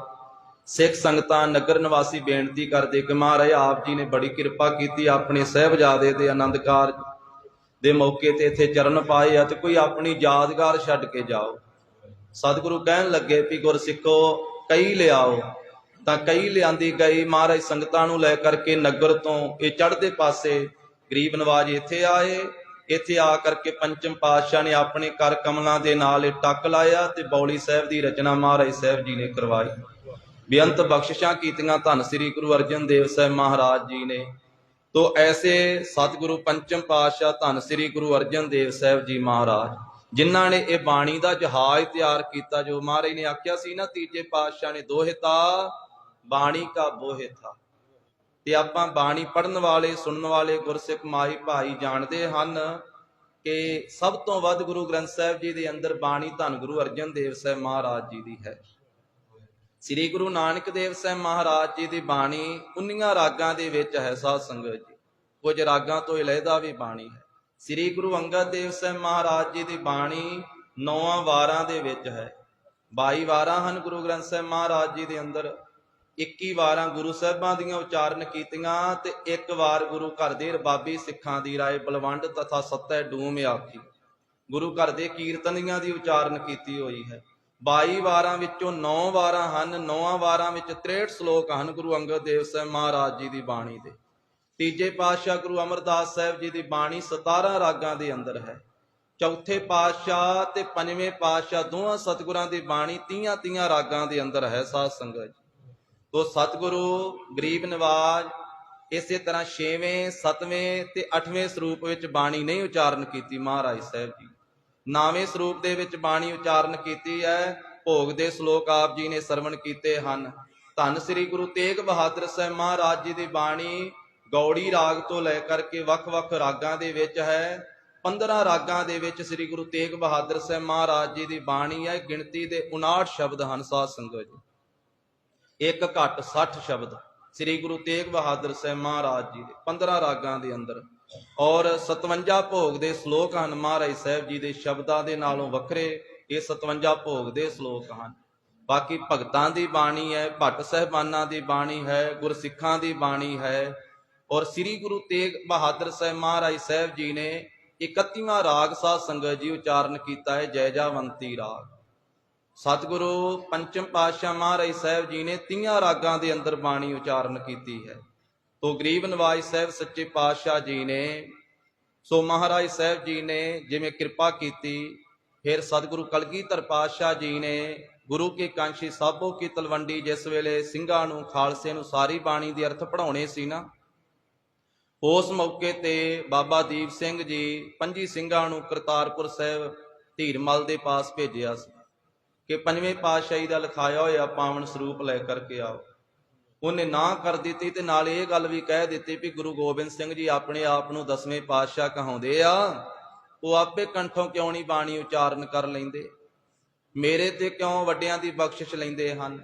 ਅੰਦਰ ਭਾਵਨਾ ਇਹ ਸੀ ਵੀ ਜੇ ਸ੍ਰੀ ਗੁਰੂ ਗ੍ਰੰਥ ਸਾਹਿਬ ਮਹਾਰਾਜ ਦਾ ਸਰੂਪ ਚਲੇ ਗਿਆ ਤੇ ਫਿਰ ਸੰਗਤ ਨੇ ਨਹੀਂ ਆਉਣਾ, ਜੇ ਸੰਗਤ ਨਾ ਆਈ ਤੇ ਮਾਇਆ ਨਹੀਂ ਮਿਲਣੀ। ਗੱਲ ਤਾਂ ਇੱਥੇ ਕਿ ਖਲੋਤੀ ਹੋਈ ਸੀ, ਇਸ ਕਰਕੇ ਨਾ ਕਰ ਦਿੱਤੀ, ਤਾਨਾ ਮਾਰ ਦਿੱਤਾ। ਬਾਬਾ ਦੀਪ ਸਿੰਘ ਜੀ ਨੇ ਜਾ ਕੇ ਦੱਸਿਆ ਮਹਾਰਾਜ ਧੀਰ ਮੱਲੀਆਂ ਨੇ ਸਰੂਪ ਤਾਂ ਕੀ ਦੇਣਾ ਸੀ, ਉਹਨਾਂ ਨਹੀਂ ਦਿੱਤਾ। ਨਾਲੇ ਉਹਨਾਂ ਕਹਿ ਦਿੱਤਾ ਗੁਰੂ ਗੋਬਿੰਦ ਸਿੰਘ ਆਪਣੇ ਆਪ ਨੂੰ 10ਵੇਂ ਪਾਤਸ਼ਾਹ ਕਹਾਉਂਦੇ, ਆਪੇ ਕਿਉਂ ਨਹੀਂ ਬਾਣੀ ਉਚਾਰਨ ਕਰ ਲੈਂਦੇ। ਫਿਰ ਮਹਾਰਾਜ ਕਹਿੰਦੇ ਹੁਣ ਕੰਠੋਂ ਹੀ ਬਾਣੀ ਉਚਾਰਨ ਕਰਾਂਗੇ। ਧੰਨ ਸ੍ਰੀ ਗੁਰੂ ਗੋਬਿੰਦ ਸਿੰਘ ਮਹਾਰਾਜ ਜੀ ਨੇ ਭਾਈ ਮਣੀ ਸਿੰਘ ਜੀ ਨੂੰ ਲਿਖਾਰੀ ਲਾ ਕੇ ਕੰਠੋਂ ਬਾਣੀ ਉਚਾਰਨ ਕੀਤੇ। ਹੋਰ ਪਾਵਨ ਸਰੂਪ ਵੀ ਹੈਗੇ ਸਨ, ਭਾਈ ਬੰਨੋ ਜੀ ਵਾਲੀਆਂ ਬੀੜਾਂ, ਪਰ ਮਹਾਰਾਜ ਸਾਹਿਬ ਜੀ ਨੇ ਨਹੀਂ ਮੰਗਵਾਈਆਂ। ਫਿਰ ਇੱਕ ਓੰਕਾਰ ਤੋਂ ਲੈ ਕੇ 18, 10, 20 ਤੱਕ ਕੰਠੋਂ ਬਾਣੀ ਉਚਾਰਨ ਕੀਤੀ। 9 ਮਹੀਨੇ 9 ਦਿਨ 9 ਘੜੀਆਂ 9 ਪਲਾਂ ਦਾ ਜ਼ਿਕਰ ਆਉਂਦਾ ਇਤਿਹਾਸ ਵਿੱਚ। ਇੰਨੇ ਸਮੇਂ 'ਚ ਮਹਾਰਾਜ ਨੇ ਸਾਰੀ ਬਾਣੀ ਲਿਖਵਾਈ। ਪਹਿਲੇ ਦਿਨ ਹੀ ਜਪਜੀ ਸਾਹਿਬ, ਰਹਿਰਾਸ ਸਾਹਿਬ, ਕੀਰਤਨ ਸੋਹਲੇ ਦੀ ਬਾਣੀ ਲਿਖਾ ਕੇ ਸਵੇਰ ਤੋਂ ਦੁਪਹਿਰ ਤੱਕ, ਦੁਪਹਿਰ ਤੋਂ ਸ਼ਾਮ ਤੱਕ ਇੰਨੀ ਬਾਣੀ ਦੇ ਅਰਥ ਪੜ੍ਹਾ ਦਿੱਤੇ ਸੀ ਸਿੰਘਾਂ ਨੂੰ। ਜਿਨ੍ਹਾਂ ਸਿੰਘਾਂ ਨੇ ਸਾਰੇ ਬਾਣੀ ਦੇ ਅਰਥ ਪੜ੍ਹੇ ਨਾ, ਗੁਰੂ ਕਲਗੀਧਰ ਪਾਤਸ਼ਾਹ ਜੀ ਤੋਂ ਸਰਵਣ ਕੀਤੇ, ਉਹਨਾਂ ਦੀ ਗਿਣਤੀ ਇਤਿਹਾਸ ਵਿੱਚ 48 ਹੈ। ਜਿਨ੍ਹਾਂ ਨੇ ਇੱਕ ਇੱਕ ਅੱਖਰ ਸੁਣਿਆ, ਬਾਕੀ ਸੰਗਤਾਂ ਤੇ ਹਜ਼ਾਰਾਂ ਦੀ ਗਿਣਤੀ ਵਿੱਚ ਰੋਜ਼ ਆਉਂਦੀਆਂ ਸੀ ਦਰਸ਼ਨ ਕਰਨ ਵਾਸਤੇ, ਰੋਜ਼ ਜਾਂਦੀਆਂ ਸੀ। ਕਿਸੇ ਨੇ ਇੱਕ ਸ਼ਬਦ ਸੁਣਿਆ, ਕਿਸੇ ਨੇ 2 ਸੁਣੇ। ਇਸੇ ਤਰ੍ਹਾਂ ਹੀ ਹੁੰਦਾ ਹੈ ਨਾ, ਕੋਈ ਆ ਕੇ ਐ ਸਮਾਪਤੀ ਤੀਕ ਹਾਜ਼ਰੀ ਭਰਦਾ ਹੈ ਤੇ ਕਈ ਆ ਕੇ ਨਮਸਕਾਰ ਕਰਕੇ ਚਲੇ ਜਾਂਦੇ। ਤੋ ਇਸ ਕਰਕੇ ਗਰੀਬ ਨਵਾਜ ਸਾਹਿਬ ਜੀ ਨੇ ਸਾਰੀ ਬਾਣੀ ਉਸ ਵੇਲੇ ਉਚਾਰਨ ਕੀਤੀ ਤੇ ਉਦੋਂ ਫਿਰ ਨਾਵੇਂ ਪਾਤਸ਼ਾਹ ਦੀ ਬਾਣੀ ਲਿਖਾਈ ਸੀ। ਪਹਿਲੇ ਸਰੂਪ ਵਿੱਚ ਨਾਵੇਂ ਪਾਤਸ਼ਾਹ ਦੀ ਬਾਣੀ ਨਹੀਂ ਨਾ, ਕਿਉਂਕਿ ਨਾਵੇਂ ਪਾਤਸ਼ਾਹ ਨੇ ਬਾਅਦ ਵਿੱਚ ਬਾਣੀ ਉਚਾਰਨ ਕੀਤੀ। ਇਹ ਦਮਦਮੇ ਪਾਵਨ ਸਰੂਪ ਦੇ ਵਿੱਚ ਫਿਰ ਮਹਾਰਾਜ ਨੇ ਨਾਵੇਂ ਪਾਤਸ਼ਾਹ ਦੀ ਬਾਣੀ ਉਚਾਰਨ ਲਿਖਾਈ, ਫਿਰ ਭੋਗ ਦੇ ਸ਼ਲੋਕ ਲਿਖਾਏ ਤੇ ਸਮਾਪਤੀ ਮਹਾਰਾਜ ਸਾਹਿਬ ਜੀ ਨੇ ਇਸ ਦੀ ਵੀ ਰਾਗਮਾਲਾ ਤੇ ਹੀ ਕੀਤੀ ਹੈ। ਤੋ ਸਤਿਗੁਰੂ ਪੰਚਮ ਪਾਤਸ਼ਾਹ ਮਹਾਰਾਜ ਸਾਹਿਬ ਜੀ ਕਿਰਪਾ ਕਰਦੇ ਹਨ। ਜਿਵੇਂ ਗਰੀਬ ਨਵਾਜ ਸਾਹਿਬ ਜੀ ਰਹਿਮਤ ਕਰਦੇ, ਸ਼ਰਧਾ ਭਾਵਨਾ ਸਹਿਤ ਸਰਵਣ ਕਰੀਏ। ਇੱਕ ਵਾਰੀ ਸਭ ਮਾਈ ਭਾਈ ਪ੍ਰੇਮ ਸਹਿਤ ਉਚਾਰਨ ਕਰੋ ਜੀ, ਸਤਨਾਮ ਸ੍ਰੀ ਵਾਹਿਗੁਰੂ ਸਾਹਿਬ ਜੀ। ਸਤਿਨਾਮ ਸ੍ਰੀ ਵਾਹਿਗੁਰੂ। ਮੁੰਦਾਵਣੀ ਮਹੱਲਾ ਪੰਜਵਾ। ਮੁੰਦਾਵਣੀ ਦਾ ਅਰਥ ਹੈ ਸਾਧ ਸੰਗਤ ਜੀ ਮੋਹਰ ਛਾਪ। ਮੋਹਰ ਪੁਰਾਣੇ ਸਮੇਂ ਵਿੱਚ ਬਾਦਸ਼ਾਹ ਲੋਕ, ਉਹਨਾਂ ਨੇ ਕੋਈ ਖਜ਼ਾਨਾ ਇੱਕ ਥਾਂ ਤੋਂ ਦੂਜੇ ਥਾਂ ਤੇ ਭੇਜਣਾ ਹੁੰਦਾ ਸੀ ਨਾ, ਉਹ ਖਜ਼ਾਨਾ ਇੱਕ ਥਾਂ ਦੇ ਉੱਤੇ ਪਾ ਕਰਕੇ ਤੇ ਉੱਤੇ ਆਪਣੀ ਮੋਹਰ ਲਾ ਦਿੰਦੇ ਸੀ, ਬੰਦ ਕਰਕੇ। ਮੋਹਰ, ਇਹ ਮਹਾਰਾਜ ਸਾਹਿਬ ਜੀ ਨੇ ਮੋਹਰ ਲਾਈ ਹੈ, ਪੰਜਵੇਂ ਪਾਤਸ਼ਾਹ ਜੀ ਨੇ ਮੋਹਰ ਛਾਪ ਲਾਈ ਹੋਈ ਹੈ। ਇਸੇ ਤਰ੍ਹਾਂ ਬਾਦਸ਼ਾਹੀ ਲੋਕਾਂ ਦਾ ਜਿਹੜਾ ਭੋਜਨ ਆਉਂਦਾ ਸੀ, ਜਿਹੜੇ ਉਹਨਾਂ ਦੇ ਅਹੁਦੇਦਾਰ ਬਣਾ ਕੇ ਲਿਆਉਂਦੇ ਸੀ, ਉਹ ਵੀ ਸਾਰਾ ਇੱਕ ਥਾਂ ਦੇ ਉੱਤੇ ਪਾ ਕਰਕੇ ਉਹਨੂੰ ਬੰਦ ਕਰਕੇ ਉੱਤੇ ਮੋਹਰ ਲਾਈ ਜਾਂਦੀ ਸੀ ਕਿ ਕੋਈ ਦੂਸਰਾ ਇਹਨੂੰ ਖੋਲੇ ਨਾ, ਕੋਈ ਜ਼ਹਿਰਾਦ ਕਣਾ ਇਹਦੇ ਚ ਪਾ ਦੇਵੇ। ਤਾਂ ਇਹ ਮਹਾਰਾਜ ਸਾਹਿਬ ਜੀ ਨੇ ਮੋਹਰ ਲਾਈ ਹੈ। ਇਹਦਾ ਭਾਵ ਇਹ ਨਹੀਂ ਕਿ ਇੱਥੇ ਬਾਣੀ ਦੀ ਸਮਾਪਤੀ ਕਰ ਦਿੱਤੀ। ਕਈ ਲੋਕ ਇਹਦਾ ਇਹ ਵੀ ਭਾਵ ਲੈ ਲੈਂਦੇ ਆ, ਕਿਉਂਕਿ ਮੁਦਾਵਣੀ ਤਾਂ ਮਹਾਰਾਜ ਨੇ ਸੋਰਠ ਦੀ ਵਾਰ ਦੇ ਵਿੱਚ ਵੀ ਉਚਾਰਨ ਕੀਤੀ ਹੈ। ਉੱਥੇ ਵੀ ਮਹਾਰਾਜ ਸਾਹਿਬ ਜੀ ਨੇ ਆਖਿਆ ਇਹ ਮੁਦਾਵਣੀ ਸਤਿਗੁਰੂ ਪਾਏ, ਗੁਰਸਿੱਖਾਂ ਲੱਦੀ ਭਾਲ। ਤੇ ਮੁੰਦਾਵਣੀ ਦਾ ਸਾਧ ਸੰਗਤ ਜੀ ਦੂਸਰਾ ਅਰਥ ਮਹਾਂਪੁਰਖ ਟਕਸਾਲ ਵਿੱਚ ਪੜਾਉਂਦੇ ਹਨ ਕਿ ਮੁੰਦਾਵਣੀ ਦਾ ਅਰਥ ਹੈ ਬੁਝਾਰਤ। ਇਸ ਪਵਿੱਤਰ ਸ਼ਬਦ ਦੇ ਅਰਥ ਵਿੱਚ ਮਹਾਰਾਜ ਨੇ ਬੁਝਾਰਤ ਪਾਈ ਹੈ। ਇਹ ਪੋਠੋਹਾਰ ਦੀ ਬੋਲੀ ਹੈ। ਉਧਰ ਬੁਝਾਰਤ ਨੂੰ, ਪਹੇਲੀ ਨੂੰ ਮੁੰਦਾਵਣੀ ਕਹਿੰਦੇ ਹਨ। ਪੋਠੋਹਾਰ ਦੇ ਇਲਾਕੇ ਵਿੱਚ ਮਹਾਂਪੁਰਖ ਦੱਸਦੇ, ਕਹਿੰਦੇ ਵੀ ਉਧਰਲੀ ਬੋਲੀ ਚੋਂ ਕਹਿੰਦੇ ਕੀ ਮੁੰਦਾਵਣੀਆਂ ਪਾਈ ਜਾਨਾ ਹੈ, ਕੀ ਮੁੰਦਾਵਣੀਆਂ ਪਾਈ ਜਾਨਾ, ਵੀ ਕੀ ਬੁਝਾਰਤਾਂ ਪਾਈ ਜਾਨਾ। ਤਾਂ ਮਹਾਰਾਜ ਸਾਹਿਬ ਜੀ ਨੇ ਇਹਦੇ ਵਿੱਚ ਸਾਧ ਸੰਗਤ ਜੀ ਪਵਿੱਤਰ ਉਪਦੇਸ਼ ਬਖਸ਼ਿਆ। ਤੇ ਮੁੰਦਾਵਣੀ, ਮੋਹ ਆਦਿਕ ਨੂੰ ਦਾਵਣੀ ਸਾੜਨ ਵਾਲੀ ਜੋ ਗੁਰੂ ਕੀ ਬਾਣੀ ਹੈ, ਐਸੀ ਸਤਿਗੁਰੂ ਸਾਹਿਬ ਜੀ ਇਹ ਮੁੰਦਾਵਣੀ ਉਚਾਰਨ ਕਰਦੇ ਹਨ, ਬੁਝਾਰਤ ਵਿੱਚ ਪਾਉਂਦੇ ਹਨ। ਮਹੱਲਾ ਪੰਜਵਾ। ਧੰਨ ਸ੍ਰੀ ਗੁਰੂ ਅਰਜਨ ਦੇਵ ਸਾਹਿਬ ਜੀ ਮਹਾਰਾਜ ਸ਼ਾਂਤ ਸਰੂਪ, ਗੈਰ ਗੰਭੀਰ, ਸ਼ਹੀਦਾਂ ਦੇ ਸਰਤਾਜ ਸਤਿਗੁਰੂ ਜੀ ਕਿਰਪਾ ਕਰਦੇ ਹਨ। ਹਾਲ ਵਿੱਚ ਤਿੰਨ ਵਸਤੂ ਪਈਓ, ਸਤ ਸੰਤੋਖ ਵਿਚਾਰੋ। ਥਾਲ ਵਿੱਚ, ਇਹ ਥਾਲ ਹੈ ਸਾਧ ਸੰਗਤ ਜੀ, ਮਹਾਰਾਜ ਨੇ ਥਾਲ ਸ੍ਰੀ ਗੁਰੂ ਗ੍ਰੰਥ ਸਾਹਿਬ ਰੂਪੀ ਇਹ ਥਾਲ ਤਿਆਰ ਕੀਤਾ ਹੈ। ਤੇ ਇਹ ਥਾਲ ਦੇ ਵਿੱਚ ਮਹਾਰਾਜ ਸਾਹਿਬ ਜੀ ਨੇ ਤਿੰਨ ਵਸਤੂ ਪਈਓ, ਤਿੰਨ ਵਸਤੂ ਪਾਈਆਂ ਹਨ ਇਸ ਥਾਲ ਦੇ ਵਿੱਚ। ਤਿੰਨ ਵਸਤੂ ਪਈਆਂ, 1 2 ਤੇ 3। ਇਹ ਤਿੰਨ ਵਸਤੂਆਂ ਮਹਾਰਾਜ ਸਾਹਿਬ ਜੀ ਨੇ ਪਾਈਆਂ। ਕੀ ਤਿੰਨ ਹੀ ਵਸਤੂਆਂ ਪਾਈਆਂ, ਜ਼ਿਆਦੀਆਂ ਨਹੀਂ? ਇਹਦੇ ਤਾਂ ਬੇਅੰਤੀ ਖਜ਼ਾਨਾ ਪਾਇਆ ਗੁਰੂ ਸਾਹਿਬ ਜੀ ਨੇ। ਇਹ ਤਾਂ ਸਾਗਰ ਹੈ।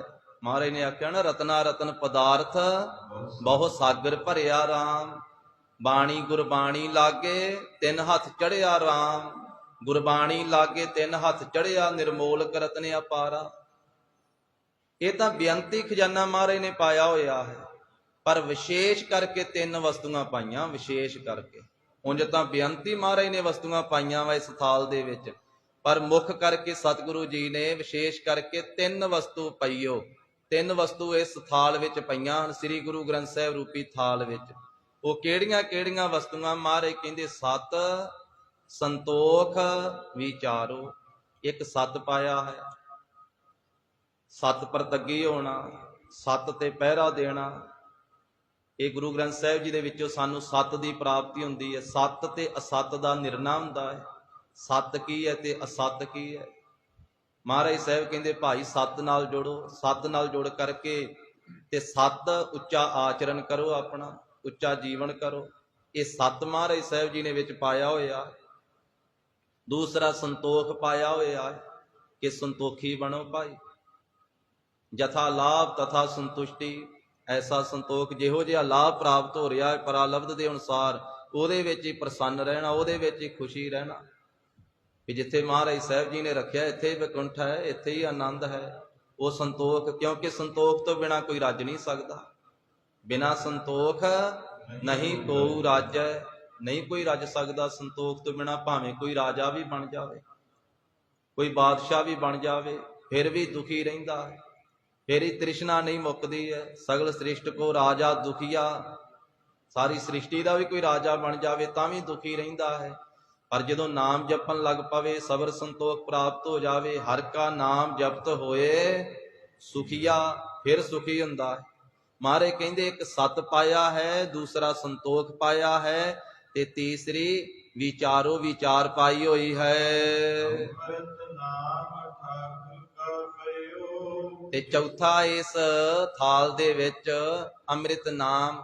ਠਾਕੁਰ ਜੋ ਰਚਨਾ ਪਾਲਣਾ ਲਹਿਤਾ ਕਰਨ ਵਾਲਾ ਮਾਲਕ ਹੈ ਨਾ ਸਰਬ ਜੀਆਂ ਦਾ, ਉਸ ਠਾਕੁਰ ਦਾ ਅੰਮ੍ਰਿਤ ਰੂਪੀ ਨਾਮ ਇਸ ਵਿੱਚ ਪਿਆ ਹੈ। ਨਾਮ ਪਾਇਆ, ਇਹ ਚੌਥਾ ਪਾਇਆ ਹੋਇਆ ਹੈ। ਜਿਸ ਨਾਮ ਦਾ ਹੀ ਸਭ ਸਾਰਿਆਂ ਨੂੰ ਆਧਾਰ ਹੈ, ਆਸਰਾ ਹੈ। ਇਹੀ ਬੁਝਾਰਤ ਹੈ ਸਾਧ ਸੰਗਤ ਜੀ। ਮਹਾਰਾਜ ਸਾਹਿਬ ਜੀ ਨੇ ਆਖਿਆ ਵੀ ਵਸਤੂਆਂ ਪਾਈਆਂ ਤਿੰਨ, ਪਰ ਹੈਗੀਆਂ ਚਾਰ। ਇੱਥੇ ਮਹਾਰਾਜ ਸਾਹਿਬ ਨੇ ਇੱਕ ਸਤ, ਦੂਸਰਾ ਸੰਤੋਖ, ਤੀਸਰੀ ਵਿਚਾਰ, ਚੌਥਾ ਅੰਮ੍ਰਿਤ ਨਾਮ ਠਾਕੁਰ ਕਾ ਪਇਓ। ਇਹੀ ਬੁਝਾਰਤ ਹੈ। ਇਸੇ ਤਰ੍ਹਾਂ ਆਰੰਭ ਤੋਂ ਫੇਰ ਪੜੋ ਜੀ। ਥਾਲ ਵਿੱਚ ਮਹਾਰਾਜ ਕਹਿੰਦੇ ਸ੍ਰੀ ਗੁਰੂ ਗ੍ਰੰਥ ਸਾਹਿਬ ਰੂਪੀ ਥਾਲ ਵਿੱਚ ਤਿੰਨ ਹੀ ਵਸਤੂਆਂ ਪਈਆਂ ਵਾ ਭਾਈ। ਇੱਕ ਸਤ ਪਾਇਆ ਹੈ, ਦੂਸਰਾ ਸੰਤੋਖ ਪਾਇਆ। ਇਹਨਾਂ ਦੋਨਾਂ ਦੀ ਵਿਚਾਰ ਕਰ ਲਵੋ। ਤੇ ਤੀਜਾ ਇਹਦੇ ਵਿੱਚ ਅੰਮ੍ਰਿਤ ਨਾਮ ਹੈ ਠਾਕੁਰ ਮਾਲਕ ਪਰਮੇਸ਼ਰ ਦਾ। ਇਹ ਮਹਾਰਾਜ ਸਾਹਿਬ ਜੀ ਨੇ ਮੰਦਾਵਣੀ ਪਾਈ ਹੈ ਵੀ ਇਹਨੂੰ ਬੁੱਝੋ ਭਾਈ। ਅੰਮ੍ਰਿਤ ਨਾਮ ਠਾਕੁਰ ਕਾ ਪਇਓ। ਤੀਸਰਾ ਅੰਮ੍ਰਿਤ ਨਾਮ ਹੈ ਜੋ ਮ੍ਰਿਤੂ ਤੋਂ ਰਹਿਤ ਕਰਨ ਵਾਲਾ ਮਾਲਕ ਪਰਮੇਸ਼ਰ ਦਾ। ਇਸ ਥਾਲ ਵਿੱਚ ਜਿਸ ਨਾਮ ਦਾ ਹੀ ਸਭ ਸਾਰਿਆਂ ਨੂੰ ਆਧਾਰੋ ਆਸਰਾ ਹੈ। ਕੱਲਾ ਮਨੁੱਖਾਂ ਨੂੰ ਹੀ ਨਹੀਂ, ਖੰਡਾਂ ਬ੍ਰਹਿਮੰਡਾਂ ਸਾਰਿਆਂ ਨੂੰ, ਸਾਰੀ ਸ੍ਰਿਸ਼ਟੀ ਨੂੰ ਨਾਮ ਦਾ ਹੀ ਆਧਾਰ ਹੈ, ਨਾਮ ਦਾ ਹੀ ਆਸਰਾ ਹੈ। ਨਾਮ ਕੇ ਧਾਰੇ ਸਗਲੇ ਜੰਤ, ਨਾਮ ਕੇ ਧਾਰੇ ਖੰਡ ਬ੍ਰਹਿਮੰਡ। ਨਾਮ ਦੇ ਆਸਰੇ ਤੇ ਹੀ ਆ। ਸਾਚਾ ਨਾਮ ਮੇਰਾ ਆਧਾਰੋ, ਸਾਚ ਨਾਮ ਆਧਾਰ ਮੇਰਾ, ਜਿਨ ਭੁੱਖਾਂ ਸਭ ਗਵਾਈਆਂ। ਸੱਚੇ ਨਾਮ ਦਾ ਹੀ ਜਿਸ ਦਾ ਸਭ ਨੂੰ ਆਸਰਾ ਹੈ। ਤੋ ਇਸੇ ਤਰ੍ਹਾਂ ਸਾਧ ਸੰਗਤ ਜੀ ਇਹ ਥਾਲ ਹੈ, ਤੇ ਥਾਲ ਵਿੱਚ ਇਹ ਭੋਜਨ ਰੱਖਿਆ ਹੋਇਆ ਹੈ ਮਹਾਰਾਜ ਸਾਹਿਬ ਜੀ ਨੇ। ਆਰੰਭ ਤੋਂ ਫੇਰ ਪੜੋ ਜੀ। ਸ੍ਰੀ ਗੁਰੂ ਗ੍ਰੰਥ ਸਾਹਿਬ ਰੂਪੀ ਥਾਲ ਦੇ ਵਿੱਚ ਤਿੰਨ ਵਸਤੂਆਂ ਪਾਈਆਂ ਹੋਈਆਂ। ਇਹ ਪਦਾਰਥ ਮਹਾਰਾਜ ਸਾਹਿਬ ਜੀ ਨੇ ਤਿਆਰ ਕੀਤਾ ਹੈ। ਸਤ ਰੂਪੀ ਹੈ ਸਾਧ ਸੰਗਤ ਜੀ ਮੈਦਾ, ਤੇ ਸੰਤੋਖ ਰੂਪੀ ਇਸੇ ਤਰ੍ਹਾਂ ਇਹਦੇ ਵਿੱਚ ਮਹਾਰਾਜ ਸਾਹਿਬ ਜੀ ਨੇ ਇਹ ਸਤ ਰੂਪੀ ਘਿਓ ਹੈ ਤੇ ਸੰਤੋਖ ਰੂਪੀ ਇਹਦੇ ਚ ਮੈਦਾ ਪਾਇਆ ਹੋਇਆ ਹੈ, ਤੇ ਵਿਚਾਰੋ ਵਿਚਾਰ ਦੀ ਇਹਦੇ ਵਿੱਚ ਖੰਡ ਪਾਈ ਹੋਈ ਹੈ। ਅੰਮ੍ਰਿਤ ਨਾਮ ਠਾਕੁਰ ਕਾ ਪਇਓ, ਤੇ ਜੋ ਠਾਕੁਰ ਮਾਲਕ ਦਾ ਅੰਮ੍ਰਿਤ ਰੂਪੀ ਨਾਮ ਹੈ ਨਾ, ਇਹ ਅੰਮ੍ਰਿਤ ਜਲ ਪਾਇਆ ਹੋਇਆ, ਅੰਮ੍ਰਿਤ ਜਲ ਇਹ ਪਾ ਕਰਕੇ ਤੇ ਇਹ ਸੋਹਣਾ ਕੜਾ ਪ੍ਰਸ਼ਾਦ ਇਹ ਤਿਆਰ ਕੀਤਾ ਹੋਇਆ ਹੈ। ਸਤ ਰੂਪੀ ਇਹ ਘਿਓ ਹੈ, ਸੰਤੋਖ ਰੂਪੀ ਇਹਦੇ ਵਿੱਚ ਆਟਾ ਪਾਇਆ ਹੋਇਆ, ਮੈਦਾ ਪਾਇਆ ਹੋਇਆ, ਵਿਚਾਰ ਰੂਪੀ ਇਹਦੇ ਵਿੱਚ ਖੰਡ ਪਾਈ ਹੋਈ ਹੈ, ਤੇ ਅੰਮ੍ਰਿਤ ਨਾਮ ਇਹ ਅੰਮ੍ਰਿਤ ਜਾਲੇ ਦੇ ਵਿੱਚ ਪਾਇਆ ਹੋਇਆ ਹੈ। ਤੇ ਇਹ ਤਿੰਨ ਮੇਲ ਦਾ ਮਹਾਰਾਜ ਸਾਹਿਬ ਜੀ ਨੇ ਸੋਹਣਾ ਕੜਾ ਪ੍ਰਸ਼ਾਦ ਤਿਆਰ ਕੀਤਾ ਹੋਇਆ ਹੈ, ਜਿਸ ਇਹ ਸੋਹਣੀ ਅਮੋਲਕ ਖੁਰਾਕ ਦਾ ਸਭ ਜੀਵਾਂ ਨੂੰ ਇਹ ਆਤਮਾ ਦੀ ਖੁਰਾਕ ਰੂਪੀ ਭੋਜਨ ਹੈ, ਜਿਸ ਕਾ ਸਭ ਸੇ ਆਧਾਰੋ, ਜਿਸ ਖੁਰਾਕ ਦਾ ਸਾਰੇ ਜੀਵਾਂ ਨੂੰ ਆਧਾਰੋ ਆਸਰਾ ਹੈ। ਇਸ ਅਮੋਲਕ ਪਦਾਰਥ ਨੂੰ, ਇਹ ਤਿੰਨ ਮੇਲ ਦੀ ਅਮੋਲਕ ਖੁਰਾਕ ਨੂੰ ਜੇ ਕੋਈ ਖਾਵੇਗਾ ਤੇ ਜੇ ਕੋਈ ਭੁੰਚੇ ਦੂਸਰਿਆਂ ਨੂੰ ਵੀ ਛਕਾਵੇਗਾ, ਤੇ ਇਸ ਕਾ ਉਸ ਜੀਵ ਦਾ ਉਧਾਰ ਹੋ ਜਾਵੇਗਾ। ਜਿਹੜਾ ਭਾਈ ਆਪਣੇ ਜੀਵਨ ਵਿੱਚ ਸਤ ਧਾਰਨ ਕਰੇਗਾ, ਜੇ ਕੋਈ ਸੰਤੋਖ ਧਾਰਨ ਕਰੇਗਾ, ਜੇ ਕੋਈ ਇਹ ਸ਼ੁਭ ਵਿਚਾਰ ਧਾਰਨ ਕਰੇਗਾ, ਜੇ ਕੋਈ ਆਪਣੇ ਹਿਰਦੇ ਵਿੱਚ ਅੰਮ੍ਰਿਤ ਨਾਮ ਠਾਕੁਰ ਦਾ ਵਸਾ ਲਵੇਗਾ, ਬਾਰੰਬਾਰ ਬਾਰ ਪ੍ਰਭ ਜਪੀਐ ਪੀ ਅੰਮ੍ਰਿਤ ਇਹੋ ਮਨ ਤਨ ਤਰਪੀਐ। ਜੇ ਕੋਈ ਆਪ ਵੀ ਖਾਵੇਗਾ ਤੇ ਦੂਸਰਿਆਂ ਨੂੰ ਛਕਾਵੇਗਾ, ਤਿਸ ਕਾ ਹੋਏ ਉਧਾਰੋ। ਇਸੇ ਪ੍ਰਕਾਰ ਇਹ ਪੰਕਤੀ ਫੇਰ ਪੜੀਏ, ਜੇ ਕੋਈ ਖਾਵੇ, ਜੇ ਕੋਈ ਆਪ ਖਾਵੇਗਾ ਕਿ ਆਪ ਸਰਵਣ ਕਰੇਗਾ, ਜੇ ਕੋ ਭੁੰਚੈ, ਜੇ ਕੋਈ ਇਸ ਨੂੰ ਭੁੰਚੈ ਹਜਮ ਕਰੇਗਾ, ਮੰਨਣ ਕਰੇਗਾ। ਪਹਿਲਾਂ ਸਰਵਣ ਕੀਤਾ ਜਾਵੇਗਾ, ਫਿਰ ਮੰਨਣ ਕੀਤਾ ਜਾਵੇਗਾ, ਫਿਰ ਨਿਧਿਆਸਨ ਜੇ ਕੋਈ ਇਹਦੇ ਤੇ ਚੱਲੇਗਾ, ਕਮਾਈ ਕਰੇਗਾ ਇਹਨਾਂ ਬਚਨਾਂ ਦੀ। ਜੇ ਕੋਈ ਪਹਿਲਾਂ ਸਰਵਣ ਕਰੇਗਾ ਤੇ ਫਿਰ ਦੂਸਰਿਆਂ ਨੂੰ ਵੀ ਭਾਈ ਸਰਵਣ ਕਰਾਵੇਗਾ। ਜਨ ਨਾਨਕ ਧੂੜ ਮੰਗੈ ਤਿਸ ਗੁਰ ਸਿੱਖ ਕੇ, ਜੋ ਆਪ ਜਪੈ ਅਵਰਹਿ ਨਾਮ ਜਪਾਵੈ। ਆਪ ਵੀ ਜਿਹੜਾ ਖਾਵੇਗਾ ਤੇ ਦੂਸਰਿਆਂ ਨੂੰ ਵੀ ਜਿਹੜਾ ਵੰਡੇਗਾ, ਇਹ ਐਸਾ ਪਦਾਰਥ ਹੈ, ਇਹ ਮੁੱਕਣ ਵਾਲਾ ਤਾਂ ਨਹੀਂ ਹੈ, ਇਹ ਵੱਧਦਾ ਹੀ ਜਾਣ ਵਾਲਾ ਹੈ। ਮਹਾਰਾਜ ਸਾਹਿਬ ਜੀ ਨੇ ਆਖਿਆ, ਖਾਵਹਿ ਖਰਚਹਿ ਰਲ ਮਿਲ ਭਾਈ, ਤੋਟ ਨਾ ਆਵੈ ਵੱਧ ਤੋਂ ਜਾਈ। ਇਹ ਮਹਾਰਾਜ ਕਹਿੰਦੇ ਜਿਹੜਾ ਵੀ ਸਰਵਣ ਕਰੇਗਾ, ਮੰਨਣ ਕਰੇਗਾ, ਦੂਸਰਿਆਂ ਨੂੰ ਅੱਗੇ ਜਪਾਵੇਗਾ, ਦੋਨਾਂ ਦਾ ਹੀ ਭਾਈ ਉਧਾਰ ਹੋ ਜਾਵੇਗਾ। ਤਿਸ ਕਾ ਹੋਏ ਉਧਾਰ, ਉਸ ਜੀਵ ਦਾ ਉਧਾਰ ਹੋ ਜਾਵੇਗਾ ਜਿਹੜਾ ਸੁਣ ਕੇ ਮੰਨੇਗਾ, ਇਹ ਖਾਣਾ ਕਰੇਗਾ, ਫਿਰ ਇਹਦੀ ਕਮਾਈ ਕਰੇਗਾ, ਇਹਦੇ ਤੇ ਚੱਲੇਗਾ। ਧੰਨ ਸ੍ਰੀ ਗੁਰੂ ਅਰਜਨ ਦੇਵ ਸਾਹਿਬ ਮਹਾਰਾਜ ਕਹਿੰਦੇ, ਇਹ ਅਮੋਲਕ ਵਸਤੂ ਸਾਨੂੰ ਪ੍ਰਾਪਤ ਹੋਈ ਹੈ, ਸਾਡੇ ਤੋਂ ਭਾਈ ਇਹ ਛੱਡੀ ਨਹੀਂ ਜਾਂਦੀ, ਇਹ ਤਿਆਗੀ ਨਹੀਂ ਜਾਂਦੀ, ਇਹ ਤਿਆਗਣ ਵਾਲੀ ਵਸਤੂ ਨਹੀਂ ਹੈ। ਨਿਤ ਨਿਤ ਅਸੀਂ ਤਾਂ ਹਰ ਰੋਜ਼ ਹਮੇਸ਼ਾ ਹਮੇਸ਼ਾ ਔਰ ਆਪਣੇ ਹਿਰਦੇ ਵਿੱਚ ਧਾਰਨ ਕਰਕੇ ਰੱਖਦੇ ਹਾਂ ਇਸ ਵਸਤੂ ਨੂੰ। ਇਹ ਗੁਰਸਿੱਖੋ, ਤੁਸੀਂ ਵੀ ਇਹ ਨਾਮ ਰੂਪੀ ਵਸਤੂ, ਇਹ ਅੰਮ੍ਰਿਤ ਬਾਣੀ ਰੂਪੀ ਇਹ ਵਸਤੂ, ਇਹਨੂੰ ਛੱਡੋ ਨਾ, ਤਿਆਗੋ ਨਾ, ਨਿਤ ਨਿਤ ਰਾਖਿਓ ਔਰ ਧਾਰੋ। ਹਮੇਸ਼ਾ ਹਮੇਸ਼ਾ ਆਪਣੇ ਹਿਰਦੇ ਵਿੱਚ ਗੁਰੂ ਕੀ ਬਾਣੀ ਨੂੰ ਧਾਰਨ ਕਰਕੇ ਰੱਖੋ, ਗੁਰੂ ਕੇ ਉਪਦੇਸ਼ ਨੂੰ ਵਸਾ ਕਰਕੇ ਰੱਖੋ। ਤਮ ਕਹਿੰਦੇ ਹਨੇਰੇ ਨੂੰ, ਮਾਰੇ ਕਹਿੰਦੇ ਸੰਸਾਰ ਤਾਂ ਹਨੇਰੇ ਦੀ ਤਰ੍ਹਾਂ ਹੈ, ਸੰਸਾਰ ਦੇ ਵਿੱਚ ਤਾਂ ਘੁੱਪ ਹਨੇਰਾ ਪਿਆ ਹੋਇਆ। ਚਰਨ ਲੱਗ ਤਰੀਐ, ਗੁਰੂ ਸਾਹਿਬ ਦੇ ਚਰਨਾਂ ਨਾਲ ਲੱਗ ਕਰਕੇ ਹੀ ਤਰਨਾ ਹੋ ਸਕਦਾ ਹੈ। ਨਾਨਕ ਬ੍ਰਹਮ ਪਸਾਰੋ, ਸਭ ਨਾਨਕ ਬ੍ਰਹਮ ਪਸਾਰੋ।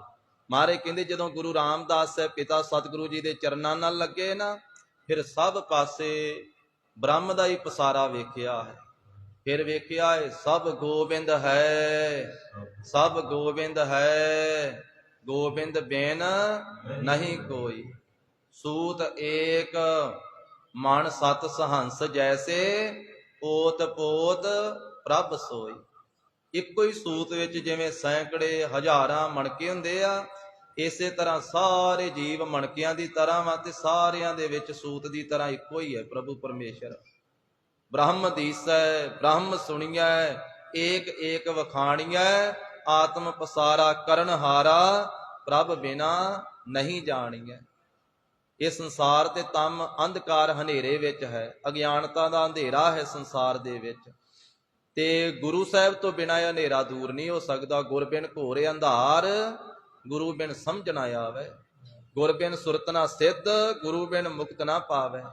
ਆ ਬਾਹਰਲਾ ਸੂਰਜ ਤਾਂ ਬਾਹਰ ਹੀ ਚਾਨਣ ਕਰ ਸਕਦਾ ਹੈ, ਮਨੁੱਖ ਦੇ ਹਿਰਦੇ ਦਾ ਹਨੇਰਾ ਨਹੀਂ ਦੂਰ ਕਰ ਸਕਦਾ। ਇੱਕ ਸੂਰਜ ਨੇ ਤਾਂ ਕੀ ਕਰਨਾ ਹੈ ਹਨੇਰਾ ਦੂਰ। ਮਹਾਰਾਜ ਕਹਿੰਦੇ ਜੇ 100 ਚੰਦਾ ਉਗਵਹਿ, ਸੂਰਜ ਚੜ੍ਹੈ 1000, ਏਤੇ ਚਾਨਣ ਹੁੰਦਿਆਂ ਗੁਰ ਬਿਨ ਘੋਰ ਅੰਧਾਰ। ਗੁਰੂ ਤੋਂ ਬਿਨਾਂ ਤੇ ਘੁੱਪ ਹਨੇਰਾ ਹੀ ਹੈ। ਪਰ ਇਸ ਸੰਸਾਰ ਦੇ ਅਗਿਆਨਤਾ ਦੇ ਅੰਧੇਰੇ ਵਿੱਚ ਗੁਰੂ ਕੇ ਚਰਨਾਂ ਦੇ ਨਾਲ ਲੱਗ ਜਾਈਏ, ਫਿਰ ਪ੍ਰਕਾਸ਼ ਪ੍ਰਾਪਤ ਹੋਵੇਗਾ। ਸਭ ਪਾਸੇ ਫਿਰ ਬ੍ਰਹਮ ਦਾ ਹੀ ਪਸਾਰਾ ਪਸਰਿਆ ਹੋਇਆ ਦਿਸੇਗਾ। ਸ਼ਲੋਕ ਮਹੱਲਾ ਪੰਜਵਾ। ਮਹਾਰਾਜ ਸਾਹਿਬ ਜੀ ਇਹ ਸਤੋਤਰ ਰੂਪੀ ਬਚਨ ਸਾਧ ਸੰਗਤ ਜੀ ਉਚਾਰਨ ਕਰਦੇ, ਅਖੀਰ ਤੇ ਸਤੋਤਰ ਕੀਤਾ ਜਾਂਦਾ। ਔਰ 3 ਪ੍ਰਕਾਰ ਦੇ ਮੰਗਲ ਹੁੰਦੇ ਹਨ ਜੋ ਹਰੇਕ ਗ੍ਰੰਥ ਦੇ ਵਿੱਚ ਕੀਤੇ ਜਾਂਦੇ ਆ। ਇੱਕ ਆਰੰਭ ਵਿੱਚ ਕੀਤਾ ਜਾਂਦਾ, ਇੱਕ ਮੱਧ ਵਿੱਚ ਕੀਤਾ ਜਾਂਦਾ, ਇੱਕ ਸਮਾਪਤੀ ਤੇ ਕੀਤਾ ਜਾਂਦਾ। ਜਿਹੜਾ ਸਮਾਪਤੀ ਤੇ ਕੀਤਾ ਜਾਂਦਾ ਹੈ ਉਹਦੇ ਸੰਬੰਧ ਵਿੱਚ ਗੁਰਮੁਖ ਪਿਆਰੇ ਮਹਾਂਪੁਰਖ ਦੱਸਦੇ ਹਨ ਕਿ ਹੁੰਦਾ ਹੈ ਅਕਿਰਤ ਘਣਤਾ ਦੇ ਦੋਸ਼ ਦੀ ਨਿਵਰਤੀ ਵਾਸਤੇ, ਕਿ ਜਿਸ ਵਾਹਿਗੁਰੂ ਪਰਮੇਸ਼ਰ ਦੀ ਕਿਰਪਾ ਦੇ ਨਾਲ ਇਹ ਕਾਰਜ ਸੰਪੂਰਨ ਹੋਇਆ ਨਾ, ਉਹਦਾ ਸ਼ੁਕਰਾਨਾ ਕਰਨਾ। ਤੋ ਇਸ ਕਰਕੇ ਮਹਾਰਾਜ ਸਾਹਿਬ ਜੀ ਇਹ ਸਾਨੂੰ ਹੀ ਸਿੱਖਿਆ ਦਿੰਦੇ ਆ। ਆਪ ਨਿਮਰਤਾ ਦਾ ਸਰੂਪ ਹਨ। ਪੰਚਮ ਪਾਤਸ਼ਾਹ ਮਹਾਰਾਜ ਫਰਮਾਉਂਦੇ ਹਨ, ਤੇਰਾ ਕੀਤਾ ਜਪ ਨਹੀਂ। ਇਹ ਵਾਹਿਗੁਰੂ ਅਕਾਲ ਪੁਰਖ ਜੀ ਤੇਰਾ ਕੀਤਾ ਹੋਇਆ ਪਰਉਪਕਾਰ, ਜਾਤੋ ਨਹੀਂ ਮੈਂ ਜਾਣਿਆ ਨਹੀਂ ਹੈ। ਤੁਸੀਂ ਮੇਰੇ ਤੇ ਬੇਅੰਤੇ ਪਰਉਪਕਾਰ ਕੀਤੇ, ਬੇਅੰਤੀ ਕਿਰਪਾ ਕੀਤੀ, ਮੈਂ ਤੇਰੇ ਕੀਤੇ ਹੋਏ ਨੂੰ ਜਾਣਿਆ ਨਹੀਂ ਹੈ। ਮੈਨੂੰ ਯੋਗ ਕੀਤੋਈ। ਮੈਨੂੰ ਜੋਗ ਕੀਤੋਈ, ਮੈਨੂੰ ਤੁਸੀਂ ਇਸ ਜੋਗ ਕਰ ਦਿੱਤਾ। ਮੈਂ ਇਸ ਯੋਗ ਤਾਂ ਨਹੀਂ ਸੀ, ਪਰ ਮੈਨੂੰ ਇਸ ਯੋਗ ਤੁਸੀਂ ਕਰ ਦਿੱਤਾ। ਮੈਨੂੰ ਤੁਸੀਂ ਗੁਰਤਾ ਗੱਦੀ ਦੇ ਯੋਗ ਕਰ ਦਿੱਤਾ। ਮੈਨੂੰ ਤੁਸੀਂ ਇਹ ਸੇਵਾ ਤੇ ਸਿਮਰਨ ਕਰਾਉਣ ਦੇ ਯੋਗ ਕਰ ਦਿੱਤਾ। ਮੈਨੂੰ ਤੁਸੀਂ ਇਹ ਗੁਰਬਾਣੀ ਉਚਾਰਨ ਦੇ ਯੋਗ ਕਰ ਦਿੱਤਾ। ਮੈਨੂੰ ਤੁਸੀਂ ਇਹ ਧੁਰ ਕੀ ਬਾਣੀ ਦਾ ਜਹਾਜ਼ ਤਿਆਰ ਕਰਨ ਦੇ ਯੋਗ ਕਰ ਦਿੱਤਾ। ਮੈਨੂੰ ਤੁਸੀਂ ਸੱਚਖੰਡ ਸ੍ਰੀ ਹਰਿਮੰਦਰ ਸਾਹਿਬ ਸ੍ਰੀ ਦਰਬਾਰ ਸਾਹਿਬ ਦੀ ਰਚਨਾ ਕਰਾਉਣ ਦੇ ਯੋਗ ਕਰ ਦਿੱਤਾ। ਕਿੰਨੇ ਕੁ ਕਾਰਜ ਮਹਾਰਾਜ ਸਾਹਿਬ ਜੀ ਨੇ ਕੀਤੇ। ਆਖਿਆ ਹੈ ਮੈਨੂੰ ਤੁਸੀਂ ਯੋਗ ਕਰ ਦਿੱਤਾ, ਪਰ ਮੈਂ ਇਹ ਪ੍ਰਭੂ ਜੀ ਤੇਰੇ ਕੀਤੇ ਹੋਏ ਨੂੰ ਨਹੀਂ ਜਾਣਿਆ ਹੈ। ਕਿੰਨੀ ਨਿਮਰਤਾ ਹੈ ਧੰਨ ਗੁਰੂ ਅਰਜਨ ਦੇਵ ਸਾਹਿਬ ਸੱਚੇ ਪਾਤਸ਼ਾਹ ਜੀ ਦੇ ਅੰਦਰ।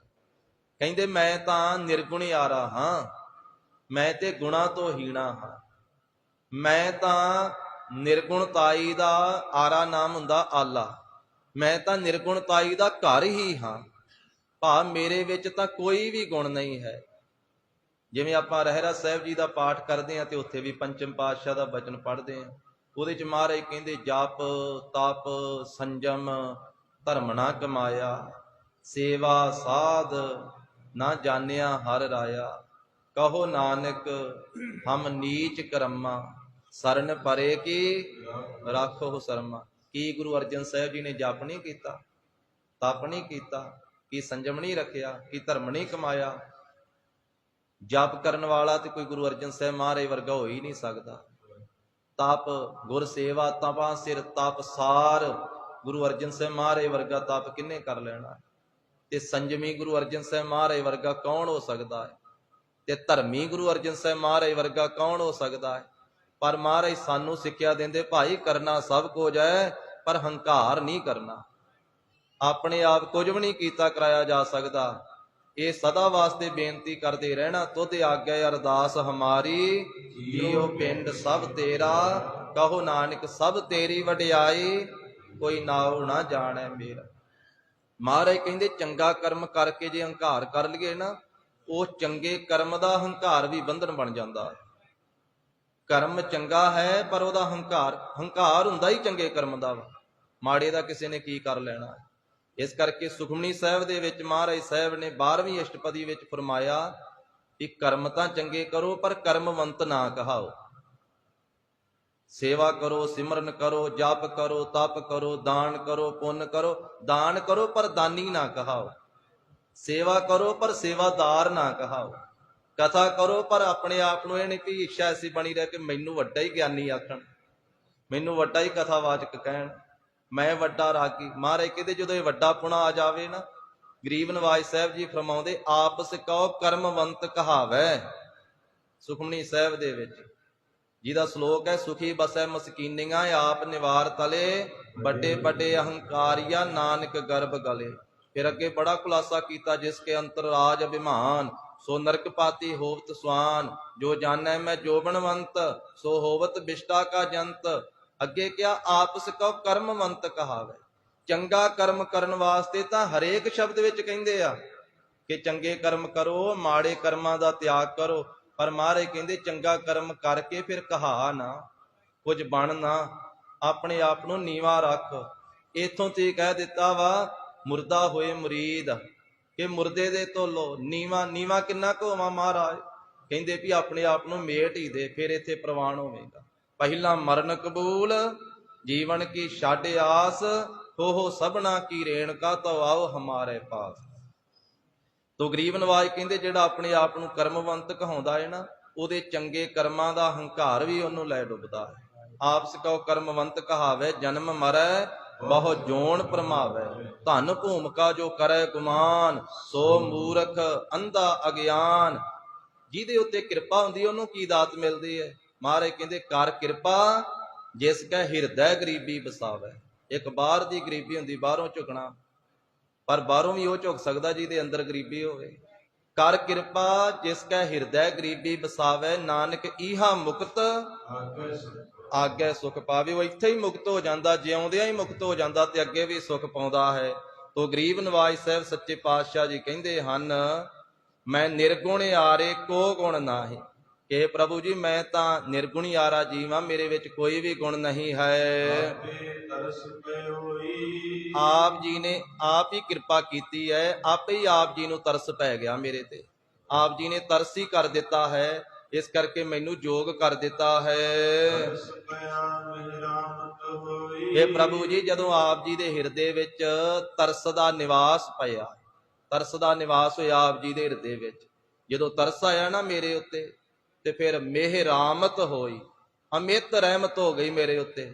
ਆਪ ਜੀ ਦੇ ਹਿਰਦੇ ਵਿੱਚ ਜਦੋਂ ਤਰਸ ਆਇਆ ਮੇਰੇ ਉੱਤੇ, ਤੇ ਫਿਰ ਅਮਿਤ ਰਹਿਮਤ ਆਪ ਜੀ ਦੀ ਮੈਨੂੰ ਪ੍ਰਾਪਤ ਹੋਈ। ਤਾਂ ਫਿਰ ਆਪ ਜੀ ਦੀ ਅਮਿਤ ਰਹਿਮਤ ਦੇ ਨਾਲ ਸਤਿਗੁਰ ਸੱਜਣ ਮਿਲ ਗਿਆ। ਸੱਜਣ ਰੂਪ, ਜੋ ਸੱਜਣਤਾਈ ਨਿਭਾਉਣ ਵਾਲੇ, ਧੰਨ ਸ੍ਰੀ ਗੁਰੂ ਰਾਮਦਾਸ ਸਾਹਿਬ ਮਹਾਰਾਜ ਜੀ ਦਾ ਮਿਲਾਪ ਹੋਇਆ। ਮਹਾਰਾਜ ਕਹਿੰਦੇ, ਵਾਹਿਗੁਰੂ ਜੀ ਆਪ ਜੀ ਦਾ ਨਾਮ ਮੈਨੂੰ ਮਿਲੇ ਤਾਂ ਹੀ ਮੈਂ ਜੀਵਦਾ। ਆਪ ਜੀ ਦਾ ਨਾਮ ਹੀ ਜੀਵਨ ਦਿੰਦਾ। ਮੱਛੀ ਪਾਣੀ ਤੋਂ ਬਿਨਾਂ ਨਹੀਂ ਬਚ ਸਕਦੀ, ਤੇ ਮਹਾਰਾਜ ਸਾਹਿਬ ਕਹਿੰਦੇ ਵੀ ਸਿੱਖ ਵੀ ਉਹ ਆ, ਨਾਮ ਤੋਂ ਬਿਨਾਂ ਨਹੀਂ ਬਚ ਸਕਦਾ। ਭੋਗ ਦੇ ਸ਼ਲੋਕ ਆਪ ਜੀ ਨੇ ਸਰਵਣ ਕੀਤੇ, ਤੇ ਪਹਿਲਾ ਸ਼ਲੋਕ ਹੀ ਇਹ ਆ ਵੀ ਇਸ ਤਰ੍ਹਾਂ ਭਜਨ ਕਰ ਜਿਵੇਂ ਮੱਛੀ ਪਾਣੀ ਦੇ ਨਾਲ ਪਿਆਰ ਕਰਦੀ। ਗੁਣ ਗੋਬਿੰਦ ਗਾਇਓ ਨਹੀਂ, ਜਨਮਿਆ ਕਾਰਥ ਕੀਨ, ਕਹੋ ਨਾਨਕ ਹਰ ਭਜ ਮਨਾ, ਜਿਹੇ ਬਿਧ ਜਲ ਕਉ ਮੀ। हे ਪ੍ਰਭੂ ਜੀ, ਆਪ ਜੀ ਦਾ ਨਾਮ ਮਿਲਦਾ ਹੈ ਤਾਂ ਹੀ ਜਿਉਂਦਾ ਹਾਂ। ਆਖਾਂ ਜੀਵਾਂ ਵਿਸਰੈ ਮਰ ਜਾਓ। ਤਨ ਮਨ ਥੀਵੈ ਹਰਿਆ। ਮੇਰਾ ਤਨ ਵੀ ਮਨ ਵੀ ਆਪ ਜੀ ਦੇ ਨਾਮ ਦੀ ਬਰਕਤ ਦੇ ਨਾਲ ਹਰਿਆ ਭਰਿਆ ਸ਼ੁਭ ਗੁਣਾਂ ਦੇ ਸਹਿਤ ਹੋ ਜਾਂਦਾ ਹੈ। ਮਹਾਰਾਜ ਸਾਹਿਬ ਜੀ ਸਾਧ ਸੰਗਤ ਜੀ ਰਾਗਮਾਲਾ ਲਿਖਾਉਂਦੇ ਹਨ। ਰਾਗਮਾਲਾ ਜਦੋਂ ਸਾਰੀ ਬਾਣੀ ਮਹਾਰਾਜ ਲਿਖਾ ਰਹੇ ਸੀ ਨਾ ਭਾਈ ਗੁਰਦਾਸ ਸਾਹਿਬ ਜੀ ਦੇ ਪਾਸੋਂ, ਉਸ ਵੇਲੇ ਰਾਗ ਆਏ ਗੁਰੂ ਸਾਹਿਬ ਜੀ ਦੇ ਪਾਸ। ਰਾਗ ਆਪਣੇ ਪਰਿਵਾਰਾਂ ਦੇ ਸਮੇਤ 6 ਰਾਗ, ਤੇ ਉਹਨਾਂ ਦੇ ਰਾਗਣੀਆਂ, ਉਹਨਾਂ ਦੇ ਘਰ ਵਾਲੀਆਂ ਪਤਨੀਆਂ, ਉਹਨਾਂ ਦੇ ਪੁੱਤਰ ਵੀ ਨਾਲ, ਪਰਿਵਾਰਾਂ ਦੇ ਪਰਿਵਾਰ ਆਏ ਮਹਾਰਾਜ ਸਾਹਿਬ ਦੇ ਕੋਲੇ। ਉਹਨਾਂ ਦੇ ਅੰਗ ਭੰਗ ਹੋਏ ਪਏ ਹਨ। ਕਿਸੇ ਦੀ ਬਾਂਹ ਟੁੱਟੀ, ਕਿਸੇ ਦੀ ਲੱਤ ਟੁੱਟੀ, ਕਿਸੇ ਦੇ ਕਿਤੇ ਸੱਟ ਪੇਟ ਲੱਗੀ ਹੋਈ ਹੈ। ਤੇ ਮਹਾਰਾਜ ਸਾਹਿਬ ਜੀ ਨੂੰ ਆ ਕੇ ਬੇਨਤੀ ਕੀਤੀ, ਆਖਿਆ ਮਹਾਰਾਜ ਆਪ ਕਿਰਪਾ ਕਰ ਰਹੇ ਹੋ, ਸਾਡੀ ਵੀ ਕਲਿਆਣ ਕਰੋ। ਮਹਾਰਾਜ ਕਹਿੰਦੇ ਤੁਹਾਡੀ ਇਹ ਹਾਲਤ ਇਸ ਤਰ੍ਹਾਂ ਕਿਵੇਂ ਹੋਈ? ਕਹਿੰਦੇ ਮਹਾਰਾਜ ਤੁਸੀਂ ਸਭ ਕੁਝ ਜਾਣਦੇ ਹੀ ਹੋ, ਅੰਤਰਜਾਮੀ ਸਤਿਗੁਰੂ ਹੋ। ਕਲਯੁਗ ਦਾ ਸਮਾਂ ਹੈ, ਤੇ ਸਾਡਾ ਮਹਾਰਾਜ ਗਾਉਣ ਦਾ ਕੋਈ ਸਮਾਂ ਵੇਖਦਾ ਹੀ ਨਹੀਂਗਾ। ਕੋਈ ਰਾਗੀ ਕੋਈ ਕਿਸੇ ਸਮੇਂ ਤੇ ਸਾਨੂੰ ਗਾਉਣ ਲੱਗ ਪੈਂਦਾ, ਕੋਈ ਕਿਸੇ ਸਮੇਂ ਤੇ, ਇਸ ਕਰਕੇ ਸਾਨੂੰ ਭੱਜ ਦੌੜ ਕਰਨੀ ਪੈਂਦੀ ਹੈ, ਤੇ ਤਾਂ ਸਾਡੇ ਸੱਟ ਪੇਟਾਂ ਲੱਗੀਆਂ, ਸਾਡੇ ਅੰਗ ਤੋੜ ਦਿੱਤੇ। ਕੋਈ ਸਮੇਂ ਦੀ ਵਿਚਾਰ ਨਹੀਂ ਕਰਦਾ। ਹਰੇਕ ਰਾਗ ਦਾ ਵੱਖਰਾ ਵੱਖਰਾ ਸਮਾਂ ਵਾ ਗਾਇਨ ਕਰਨ ਦਾ। ਸਾਧ ਸੰਗਤ ਮਰਿਆਦਾ ਹੈ। ਮਹਾਰਾਜ ਸਾਡੇ ਤੇ ਕਿਰਪਾ ਕਰੋ। ਸਤਿਗੁਰੂ ਕਹਿਣ ਲੱਗੇ ਅਸੀਂ ਤੇ ਹੁਣ ਸਮਾਪਤੀ ਕਰ ਦਿੱਤੀ ਹੈ। ਰਾਗਾਂ ਨੇ ਬੇਨਤੀ ਕੀਤੀ, ਮਹਾਰਾਜ ਆਰੰਭਤਾ ਵੀ ਤੁਸੀਂ ਕਰਨ ਵਾਲੇ ਹੋ, ਸਮਾਪਤੀ ਵੀ ਤੁਸੀਂ ਕਰਨ ਵਾਲੇ ਹੋ, ਸਭ ਕੁਝ ਆਪ ਜੀ ਦੇ ਵੱਸ ਵਿੱਚ ਆ, ਸਾਡੀ ਵੀ ਕਲਿਆਣ ਕਰੋ, ਸਾਡਾ ਵੀ ਮਹਾਰਾਜ ਜ਼ਿਕਰ ਕਰੋ ਇੱਥੇ। ਫਿਰ ਗਰੀਬ ਨਵਾਜ ਸਾਹਿਬ ਕਹਿਣ ਲੱਗੇ ਠੀਕ ਹੈ, ਜੇ ਤੁਸੀਂ ਬੇਨਤੀ ਕਰਦੇ ਹੋ ਤੇ ਤੁਹਾਡੀ ਵੀ ਰਾਗਾਂ ਦੀ ਮਾਲਾ ਪਰੋ ਦਿੰਦੇ ਹਾਂ। ਰਾਗਾਂ ਦੀ ਮਾਲਾ ਪਰੋਈ ਜਾਂਦੀ। ਸਾਧ ਸੰਗਤ ਜੀ ਇੱਕ ਸੂਤ ਦੇ ਵਿੱਚ ਮਣਕੇ ਪਰੋਏ ਜਾਂਦੇ ਨਾ, ਇਹ ਰਾਗ ਮਾਲਾ, ਇਹ ਰਾਗਾਂ ਦੀ ਮਾਲਾ ਮਹਾਰਾਜ ਸਾਹਿਬ ਜੀ ਨੇ ਪਰੋਈ। ਗਰੀਬ ਨਵਾਜ ਸਾਹਿਬ ਜੀ ਰਾਗਾਂ ਦਾ ਪਰਿਵਾਰ, ਰਾਗਾਂ ਦੇ ਘਰ ਵਾਲੀਆਂ, ਰਾਗਾਂ ਦੇ ਪੁੱਤਰਾਂ ਦਾ ਸਾਰਾ ਵੇਰਵਾ ਮਹਾਰਾਜ ਸਾਹਿਬ ਜੀ ਨੇ ਰਾਗਮਾਲਾ ਵਿੱਚ ਦਿੱਤਾ। ਤੋ ਆਪਣਾ 8:15 ਦਾ ਸਮਾਪਤੀ ਦਾ ਹੀ ਉਂਝ ਭਾਈ ਸੁਖਦੇਵ ਸਿੰਘ ਜੀ ਕਹਿੰਦੇ ਸਨ ਕਿ ਕੋਈ ਨਹੀਂ, ਭਾਵੇਂ ਆਪਾਂ 8:30 ਵੀ ਵਜਾ ਦਈਏ, ਪਰ 8:30 ਤੋਂ ਪਹਿਲਾਂ ਹੀ ਸਮਾਪਤੀ ਕਰਾਂਗੇ। ਤੋ ਸਾਧ ਸੰਗਤ ਜੀ ਗਰੀਬ ਨਵਾਜ ਸਾਹਿਬ ਜੀ ਨੇ ਉਸ ਮੌਕੇ ਤੇ ਭਾਈ ਗੁਰਦਾਸ ਸਾਹਿਬ ਜੀ ਨੂੰ ਆਖਿਆ ਕਿ ਇਹ ਸਾਰੇ ਰਾਗਾਂ ਦੀ ਰਾਗਮਾਲਾ ਲਿਖੋ, ਇਹਨਾਂ ਦਾ ਨਾਮ ਪੁੱਛ ਕੇ ਲਿਖੋ, ਜਿਹੜੇ ਵੀ ਇਹ ਪਰਮੇਸ਼ਰ ਦਾ ਜਸ। ਰਾਗਾਂ ਨੂੰ ਆਖਿਆ ਮਹਾਰਾਜ ਸਾਹਿਬ ਨੇ ਤੁਸੀਂ ਪ੍ਰਭੂ ਦਾ ਜਸ ਗਾਓ। ਉਹਨਾਂ ਨੇ ਜਸ ਗਾਇਆ ਤੇ ਵਾਹਿਗੁਰੂ ਦਾ ਜਸ ਗਾਉਂਦਿਆਂ ਹੋਇਆਂ ਵਾਰੀ ਆਪਣਾ ਤੇ ਆਪਣੇ ਪਰਿਵਾਰ ਦਾ ਨਾਮ ਭਾਈ ਗੁਰਦਾਸ ਸਾਹਿਬ ਜੀ ਨੂੰ ਲਿਖਾਇਆ। ਭਾਈ ਗੁਰਦਾਸ ਸਾਹਿਬ ਜੀ ਗੁਰੂ ਅਰਜਨ ਸਾਹਿਬ ਮਹਾਰਾਜ ਦੀ ਹਜ਼ੂਰੀ 'ਚ ਬੈਠੇ ਹੋਏ ਆ, ਲਿਖ ਰਹੇ ਆ ਰਾਗਮਾਲਾ, ਤੇ ਗੁਰੂ ਅਰਜਨ ਸਾਹਿਬ ਮਹਾਰਾਜ ਜੀ ਨੂੰ ਦੱਸ ਰਹੇ ਆ ਵੀ ਮਹਾਰਾਜ ਕਿਹੜਾ ਰਾਗ ਆਇਆ ਹੈ, ਉਹਦੀ ਕਿਹੜੀ ਰਾਗਣੀ ਨਾਲ ਆਈ ਹੈ, ਉਹਦੇ ਕਿਹੜੇ ਪੁੱਤਰ ਨਾਲ ਆਏ ਹਨ। ਇਹ ਸਾਰੀ ਰਾਗਮਾਲਾ ਮਹਾਰਾਜ ਸਾਹਿਬ ਜੀ ਨੇ ਲਿਖਾਈ, ਗੁਰੂ ਅਰਜਨ ਸਾਹਿਬ ਮਹਾਰਾਜ ਨੇ ਲਿਖਾਈ, ਭਾਈ ਗੁਰਦਾਸ ਸਾਹਿਬ ਜੀ ਨੇ ਲਿਖੀ। ਇਹਦੇ ਤੇ ਭਾਵੇਂ ਮਹੱਲਾ ਨਹੀਂ ਦਿੱਤਾ ਸਾਧ ਸੰਗਤ ਜੀ, ਭਾਵੇਂ ਇਸ ਬਾਣੀ ਦੇ ਵਿੱਚ ਨਾਨਕ ਪਦ ਨਹੀਂ ਦਿੱਤਾ ਮਹਾਰਾਜ ਸਾਹਿਬ ਜੀ ਨੇ, ਪਰ ਇਹ ਧੰਨ ਗੁਰੂ ਅਰਜਨ ਦੇਵ ਸਾਹਿਬ ਮਹਾਰਾਜ ਜੀ ਦੀ ਲਿਖਵਾਈ ਹੋਈ ਤੇ ਭਾਈ ਗੁਰਦਾਸ ਸਾਹਿਬ ਜੀ ਦੀ ਲਿਖੀ ਹੋਈ ਰਾਗਮਾਲਾ ਹੈ। ਇਸ ਕਰਕੇ ਗੁਰੂ ਕੇ ਸਿੱਖਾਂ ਦਾ ਇੱਕ ਰਸ ਨਿਸ਼ਚਾ ਹੈ ਗੁਰੂ ਕੀ ਬਾਣੀ ਉੱਤੇ, ਇੱਕ ਓੰਕਾਰ ਤੋਂ ਲੈ ਕੇ 18 10 20 ਤੱਕ। ਕਈ ਲੋਕ ਐਸਾ ਕਰਦੇ ਆ, ਖਿਆਲ ਜਿਹਾ, ਸ਼ੰਕਾ ਜਿਹਾ, ਉਹ ਕਹਿੰਦੇ ਵੇਖੋ ਜੀ ਇਹ ਰਾਗਮਾਲਾ ਦੇ ਉੱਤੇ ਕੋਈ ਮਹੱਲਾ ਨਹੀਂ ਦਿੱਤਾ ਹੋਇਆ, ਕਿੱਥੋਂ ਪਤਾ ਲੱਗੇ ਕਿਹੜੇ ਗੁਰੂ ਸਾਹਿਬ ਦੀ ਬਾਣੀ ਹੈ। ਉਹਦਾ ਜਵਾਬ ਟਕਸਾਲ ਦੇ ਵਿੱਚ ਇਹ ਦਿੱਤਾ ਜਾਂਦਾ ਹੈ, ਦਮਦਮੀ ਟਕਸਾਲ ਵਿੱਚ ਮਹਾਂਪੁਰਖ ਦਿੰਦੇ ਹਨ, ਪੜ੍ਹਾਉਂਦੇ ਹਨ ਵਿਦਿਆਰਥੀਆਂ ਨੂੰ। ਕਹਿੰਦੇ ਭਾਈ ਇਹਦਾ ਉੱਤਰ ਇਹ ਹੈ, ਜਪਜੀ ਸਾਹਿਬ ਤੇ ਕਿਹੜਾ ਕੋਈ ਮਹੱਲਾ ਦਿੱਤਾ ਹੈ। ਜਪਜੀ ਸਾਹਿਬ ਦਾ ਹਰ ਇੱਕ ਨੂੰ ਪਤਾ ਨਾ ਕਿਹੜੇ ਗੁਰੂ ਸਾਹਿਬ ਦੀ ਬਾਣੀ ਹੈ। ਪਹਿਲੇ ਪਾਤਸ਼ਾਹ ਸ੍ਰੀ ਗੁਰੂ ਨਾਨਕ ਦੇਵ ਸਾਹਿਬ ਜੀ ਦੀ ਬਾਣੀ, ਉੱਥੇ ਵੀ ਮਹੱਲਾ ਨਹੀਂ ਦਿੱਤਾ ਹੋਇਆ। ਜੇ ਉੱਥੇ ਮਹੱਲੇ ਤੋਂ ਬਿਨਾਂ ਸਰ ਸਕਦਾ ਹੈ, ਇੱਥੇ ਵੀ ਮਹਾਰਾਜ ਨੇ ਮਹੱਲਾ ਨਹੀਂ ਦਿੱਤਾ। ਫਿਰ ਕਹਿੰਦੇ ਕਿ ਇਹਦੇ ਵਿੱਚ ਜੀ ਨਾਨਕ ਨਾਮ ਨਹੀਂ ਆਇਆ ਹੈ, ਤਾਂ ਇਹ ਜ਼ਰੂਰੀ ਨਹੀਂ ਹੈ ਵੀ ਹਰੇਕ ਸ਼ਬਦ ਵਿੱਚ ਨਾਨਕ ਨਾਮ ਆਉਣਾ ਚਾਹੀਦਾ। ਜਪਜੀ ਸਾਹਿਬ ਦੀਆਂ ਕਿੰਨੀਆਂ ਪੌੜੀਆਂ ਜਿਨ੍ਹਾਂ ਵਿੱਚ ਨਾਨਕ ਪਦ ਨਹੀਂ ਆਇਆ। ਆਪਾਂ ਰੋਜ਼ ਜਪਜੀ ਸਾਹਿਬ ਦਾ ਪਾਠ ਕਰਦੇ ਹਾਂ, ਕਦੀ ਖਿਆਲ ਕਰਕੇ ਵੇਖਣਾ ਸਾਧ ਸੰਗਤ ਜੀ ਵੀ ਜਪਜੀ ਸਾਹਿਬ ਦੀਆਂ ਕਿੰਨੀਆਂ ਪੌੜੀਆਂ ਵਾ ਜਿਨ੍ਹਾਂ ਵਿੱਚ ਨਾਨਕ ਨਾਮ ਨਹੀਂ ਆਉਂਦਾ, ਸ੍ਰੀ ਗੁਰੂ ਨਾਨਕ ਸਾਹਿਬ ਜੀ ਦਾ ਨਾਮ ਨਹੀਂ ਆਉਂਦਾ। ਕੀ ਉਹ ਜਪਜੀ ਸਾਹਿਬ ਦੀਆਂ ਪੌੜੀਆਂ ਗੁਰੂ ਨਾਨਕ ਸਾਹਿਬ ਜੀ ਦੀਆਂ ਨਹੀਂ ਹਨ? ਮਹਾਰਾਜ ਸਾਹਿਬ ਜੀ ਦੀਆਂ। ਇਸੇ ਤਰ੍ਹਾਂ ਹੋਰ ਕਈ ਸ਼ਬਦ ਹਨ, ਜਿਵੇਂ ਰਣ ਝੁੰਝਣੜਾ ਗਾਓ ਸਖੀ ਹਰ ਏਕ ਧਿਆਵੋ, ਸਤਿਗੁਰ ਤੁਮ ਸੇਵ ਸਖੀ ਮਨ ਚਿੰਦਿਆੜਾ ਫਲ ਪਾਵੋ। ਇਹਦੇ ਵਿੱਚ ਕਿਹੜਾ ਨਾਨਕ ਪਦ ਆਇਆ? ਤੇ ਜੇ ਕੋਈ ਬਾਹਰੋਂ ਆਪਣੀ ਕਵਿਤਾ ਰਚ ਦਵੇ ਤੇ ਉਹਦੇ ਵਿੱਚ ਨਾਨਕ ਨਾਮ ਪਾ ਦਵੇ ਤੇ ਉਹ ਕਿਤੇ ਗੁਰੂ ਕੀ ਬਾਣੀ ਥੋੜਾ ਬਣ ਜਾਣੀ ਹੈ। ਕਈ ਰਾਚੀ ਦਿੰਦੇ ਆ, ਜਿਵੇਂ ਆ ਕਾਰਡ ਜੇ ਸ਼ਬਦ ਵਿਆਹਾਂ ਦੇ ਉਹਨਾਂ ਤੇ ਵੀ ਕਈ ਲਿਖੇ ਨਾਨਕ ਨੀਵਾ ਜੋ ਚੱਲੇ ਲੱਗੇ ਨਾ ਤੱਤੀ ਵਾਓ। ਕਈ ਭੁਲੇਖਾ ਜਿਹਾ ਖਾ ਜਾਂਦੇ ਵੀ ਸ਼ਾਇਦ ਇਹ ਗੁਰੂ ਕੀ ਬਾਣੀ ਹੋਣੀ, ਉਹ ਗੁਰੂ ਕੀ ਬਾਣੀ ਨਹੀਂ ਹੈ, ਉਹ ਤੇ ਐਵੇਂ ਬਣਾਈ ਹੋਈ ਕਿਸੇ ਦੀ ਕਵਿਤਾ ਵਿੱਚ ਨਾਨਕ ਨਾਮ ਪਾ ਦਿੱਤਾ ਹੈ। ਇਸੇ ਤਰ੍ਹਾਂ ਹੀ ਸੋ ਇਹਦੇ ਵਿੱਚ ਜੇ ਨਾਨਕ ਨਾਮ ਨਹੀਂ ਆਇਆ, ਹੋਰ ਵੀ ਗੁਰੂ ਕੇ ਬੇਅੰਤ ਸ਼ਬਦ ਜਿਨ੍ਹਾਂ ਵਿੱਚ ਨਾਨਕ ਪਦ ਨਹੀਂ ਆਉਂਦਾ ਹੈ। ਤੇ ਕਲਗੀਧਰ ਪਾਤਸ਼ਾਹ ਦੀ ਬਾਣੀ ਜਾਪ ਸਾਹਿਬ, ਸਵਈਏ, ਚੌਪਈ ਸਾਹਿਬ ਆਪਾਂ ਪੜ੍ਹਦੇ, ਉੱਥੇ ਕਿਹੜਾ ਨਾਨਕ ਨਾਮ ਆਉਂਦਾ, ਪਰ ਗੁਰੂ ਕੀ ਬਾਣੀ ਹੈ। ਤੋ ਸਤਿਗੁਰੂ ਗਰੀਬ ਨਵਾਜ ਸਾਹਿਬ ਜੀ ਨੇ ਜੋ ਪਹਿਲਾ ਸਰੂਪ ਲਿਖਾਇਆ ਉਹਦੇ ਵਿੱਚ ਵੀ ਰਾਗਮਾਲਾ ਸੰਪੂਰਨ ਹੈ। ਜੋ ਅਖੀਰ ਤੇ ਸਾਧ ਸੰਗਤ ਜੀ ਦਸਮ ਪਾਤਸ਼ਾਹ ਜੀ ਨੇ ਪਾਵਨ ਸਰੂਪ ਭਾਈ ਮਣੀ ਸਿੰਘ ਜੀ ਤੋਂ ਲਿਖਾਇਆ, ਉੱਥੇ ਵੀ ਰਾਗਮਾਲਾ ਲਿਖਾਈ ਹੈ। ਅੱਜ ਵੀ ਉਹ ਪੁਰਾਤਨ ਹੱਥ ਲਿਖਤ ਸਰੂਪ ਸਾਰੇ ਤਖਤ ਸਾਹਿਬਾਂ ਤੇ ਪ੍ਰਕਾਸ਼ਮਾਨ ਹੁੰਦੇ ਹਨ, ਉਹਨਾਂ ਵਿੱਚ ਰਾਗਮਾਲਾ ਇਹ ਹੈ। ਤਾਂ ਸਤਿਗੁਰੂ ਗਰੀਬ ਨਵਾਜ ਸਾਹਿਬ ਜੀ ਕਿਰਪਾ ਕਰਦੇ, ਇੱਕ ਜੋ ਅਦਵੈਤ ਸਰੂਪ ਪਰਮੇਸ਼ਰ ਓੰਕਾਰ ਸਾਰਿਆਂ ਦਾ ਪ੍ਰਕਾਸ਼ਕ ਹੈ। ਸਤਿਗੁਰ ਪ੍ਰਸਾਦ, ਸੱਚੇ ਗੁਰੂ ਦੀ ਕਿਰਪਾ ਦੇ ਨਾਲ ਉਸ ਦੀ ਪ੍ਰਾਪਤੀ ਹੁੰਦੀ ਹੈ। ਇਹ ਰਾਗਾਂ ਦੀ ਮਾਲਾ ਮਹਾਰਾਜ ਸਾਹਿਬ ਜੀ ਪੰਕਤੀ ਉਚਾਰਨ ਕਰਦੇ ਹਨ। ਭਾਈ ਗੁਰਦਾਸ ਸਾਹਿਬ ਜੀ ਦੱਸ ਰਹੇ ਆ, ਮਹਾਰਾਜ ਸਤਿਗੁਰੂ ਪੰਚਮ ਪਾਤਸ਼ਾਹ ਜੀ ਇੱਕ ਤਾਂ ਰਾਗ ਹੈ, ਤੇ ਇੱਕ ਇੱਕ ਰਾਗ ਦੇ ਨਾਲ ਪੰਜ ਬਰੰਗਣ ਬਰ ਸ੍ਰੇਸ਼ਟ ਅੰਗਣ ਕਹੀਏ ਇਸਤਰੀਆਂ, ਉਹਦੀਆਂ ਸ੍ਰੇਸ਼ਟ 5 ਰਾਗਣੀਆਂ 5 ਇਸਤਰੀਆਂ ਹਨ। ਸੰਗ ਅਲਾਪੈ ਆਖੋ ਨੰਦਨ ਮਾਰੇ ਆਪ ਜੀ ਦਾ ਜਸ ਗਾ ਰਹੇ ਆ, ਇੱਕ ਰਾਗ ਵੀ ਗਾ ਰਿਹਾ ਹੈ, 5 ਉਹਦੀਆਂ ਰਾਗਣੀਆਂ ਘਰ ਵਾਲੀਆਂ ਇਸਤਰੀਆਂ ਵੀ ਗਾ ਰਹੀਆਂ ਆਪ ਜੀ ਦਾ ਜਸ, ਤੇ ਸੰਗ ਅਲਾਪ ਹੈ, ਸੰਗ ਨਾਲ ਉਹਨਾਂ ਦੇ ਅਲਾਪੇ ਅਲਾਪਦੇ ਹਨ। ਆਠੋ ਨੰਦਨ, ਨੰਦਨ ਕਹਿੰਦੇ ਪੁੱਤਰਾਂ ਨੂੰ, ਆਠੋ ਕਹਿੰਦੇ ਅੱਠਾਂ ਨੂੰ। ਮਹਾਰਾਜ ਇੱਕ ਇੱਕ ਰਾਗ ਦੇ 8 ਪੁੱਤਰ ਵੀ ਆਪ ਜੀ ਦਾ ਜਸ ਗਾਇਨ ਕਰਦੇ ਹਨ। ਪ੍ਰਥਮ ਰਾਗ ਭੈਰੋ ਬਹਿ ਕਰਹੀ ਮਹਾਰਾਜ ਪਹਿਲਾ ਇਹ ਭੈਰੋ ਰਾਗ ਆਇਆ ਹੈ, ਭੈਰੋ ਰਾਗ ਵੈ, ਉਹ ਜੋ ਭੈਰੋ ਰਾਗ ਹੈ ਮਾਰੇ ਆਪ ਜੀ ਦਾ ਜਸ ਉਚਾਰਨ ਕਰ ਰਿਹਾ ਹੈ। ਪੰਜ ਰਾਗਨੀ ਸੰਗ ਉਚਰਹੀ ਤੇ ਮਾਰੇ 5 ਇਹਦੇ ਨਾਲ ਇਹਦੀਆਂ ਘਰ ਵਾਲੀਆਂ ਰਾਗਣੀਆਂ ਵੀ ਆਪ ਜੀ ਦਾ ਜਸ ਉਚਾਰਨ ਕਰ ਰਹੀਆਂ ਹਨ। ਪ੍ਰਥਮ ਭੈਰਵੀ ਬਿਲਾਵਲੀ ਮਾਰੇ ਕਹਿੰਦੇ ਭਾਈ ਸਾਹਿਬ ਇਹਨਾਂ ਰਾਗਣੀਆਂ ਦੇ ਨਾਮ ਵੀ ਦੱਸੋ। ਭਾਈ ਗੁਰਦਾਸ ਸਾਹਿਬ ਜੀ ਨਾਲੇ ਲਿਖਦੇ ਜਾਂਦੇ ਆ ਤੇ ਨਾਲੇ ਉਹਨਾਂ ਰਾਗਣੀਆਂ ਦੀ ਵੀ ਹਾਜ਼ਰੀ ਲਵਾਉਂਦੇ ਜਾਂਦੇ। ਕਹਿੰਦੇ ਮਹਾਰਾਜ ਇਹ ਭੈਰੋ ਰਾਗ ਦੀਆਂ 5 ਰਾਗਣੀਆਂ ਇਹ ਹਨ। ਪ੍ਰਥਮ ਪਹਿਲੀ ਹੈ ਭੈਰਵੀ, ਦੂਸਰੀ ਹੈ ਬਿਲਾਵਲੀ ਰਾਗਣੀ, ਪੁਨਿਆਕੀ ਗਾਵਹਿ ਮੰਗਲੀ ਤੇ ਤੀਸਰੀ ਹੈ ਪੁਨਿਆਕੀ। ਇਹਨੂੰ ਇਸ ਤਰੀਕੇ ਨਾਲ ਹੀ ਇਹਦਾ ਉਚਾਰਨ ਕੀਤਾ ਜਾਂਦਾ ਇਕੱਠਾ ਹੀ, ਪੁਨਿਆਕੀ। ਕਈ ਇਹਦਾ ਉਚਾਰਨ ਪੁਨਿਆਕੀ ਵੀ ਕਰ ਦਿੰਦੇ ਹਨ, ਪਰ ਇਸ ਤਰ੍ਹਾਂ ਨਹੀਂ, ਇਹਦਾ ਉਚਾਰਨ ਇਹ ਪੁਨਿਆਕੀ ਇਕੱਠਾ ਹੀ ਕਿਹਾ ਜਾਂਦਾ। ਇਹ ਤੀਸਰੀ ਰਾਗਣੀ ਦਾ ਨਾਮ ਹੈ। ਮਹਾਰਾਜ ਪੁਨਿਆਕੀ ਭੈਰੋ ਰਾਗ ਦੀ ਤੀਸਰੀ ਰਾਗਣੀ ਵੀ ਜਸ ਗਾਉਂਦੀ ਹੈ, ਗਾਵਹਿ ਬੰਗਲੀ, ਤੇ ਚੌਥੀ ਬੰਗਲੀ ਹੈ। ਹੁਣ ਅਸਲੇਖੀ ਕੀ ਭਈ ਬਾਰੀ ਫਿਰ ਮਹਾਰਾਜ ਭੈਰੋ ਰਾਗ ਦੀ ਅਸਲੇਖੀ ਰਾਗਣੀ ਦੀ ਵੀ ਵਾਰੀ ਹੋ ਗਈ ਹੈ। ਇਹ ਵੀ ਆਪਣੀ ਵਾਰੀ ਦੇ ਨਾਲ ਆਪ ਜੀ ਦਾ ਜਸ ਗਾਉਣ ਵਾਸਤੇ ਆ ਗਈ ਹੈ। ਇਹ ਭੈਰੋ ਕੀ ਪੰਚੋ ਨਾਰੀ ਇਹ ਭੈਰੋ ਰਾਗ ਦੀਆਂ ਮਹਾਰਾਜ 5 ਉਹਦੀਆਂ ਘਰ ਵਾਲੀਆਂ ਉਹਦੀਆਂ ਨਾਰੀਆਂ ਹਨ। ਇਹ ਭੈਰੋ ਕੀ ਪਾਚੋ ਨਾਰੀ, ਇਹ 5 ਉਹਦੀਆਂ ਘਰ ਵਾਲੀਆਂ ਭੈਰੋ ਰਾਗ ਦੀਆਂ ਹਨ।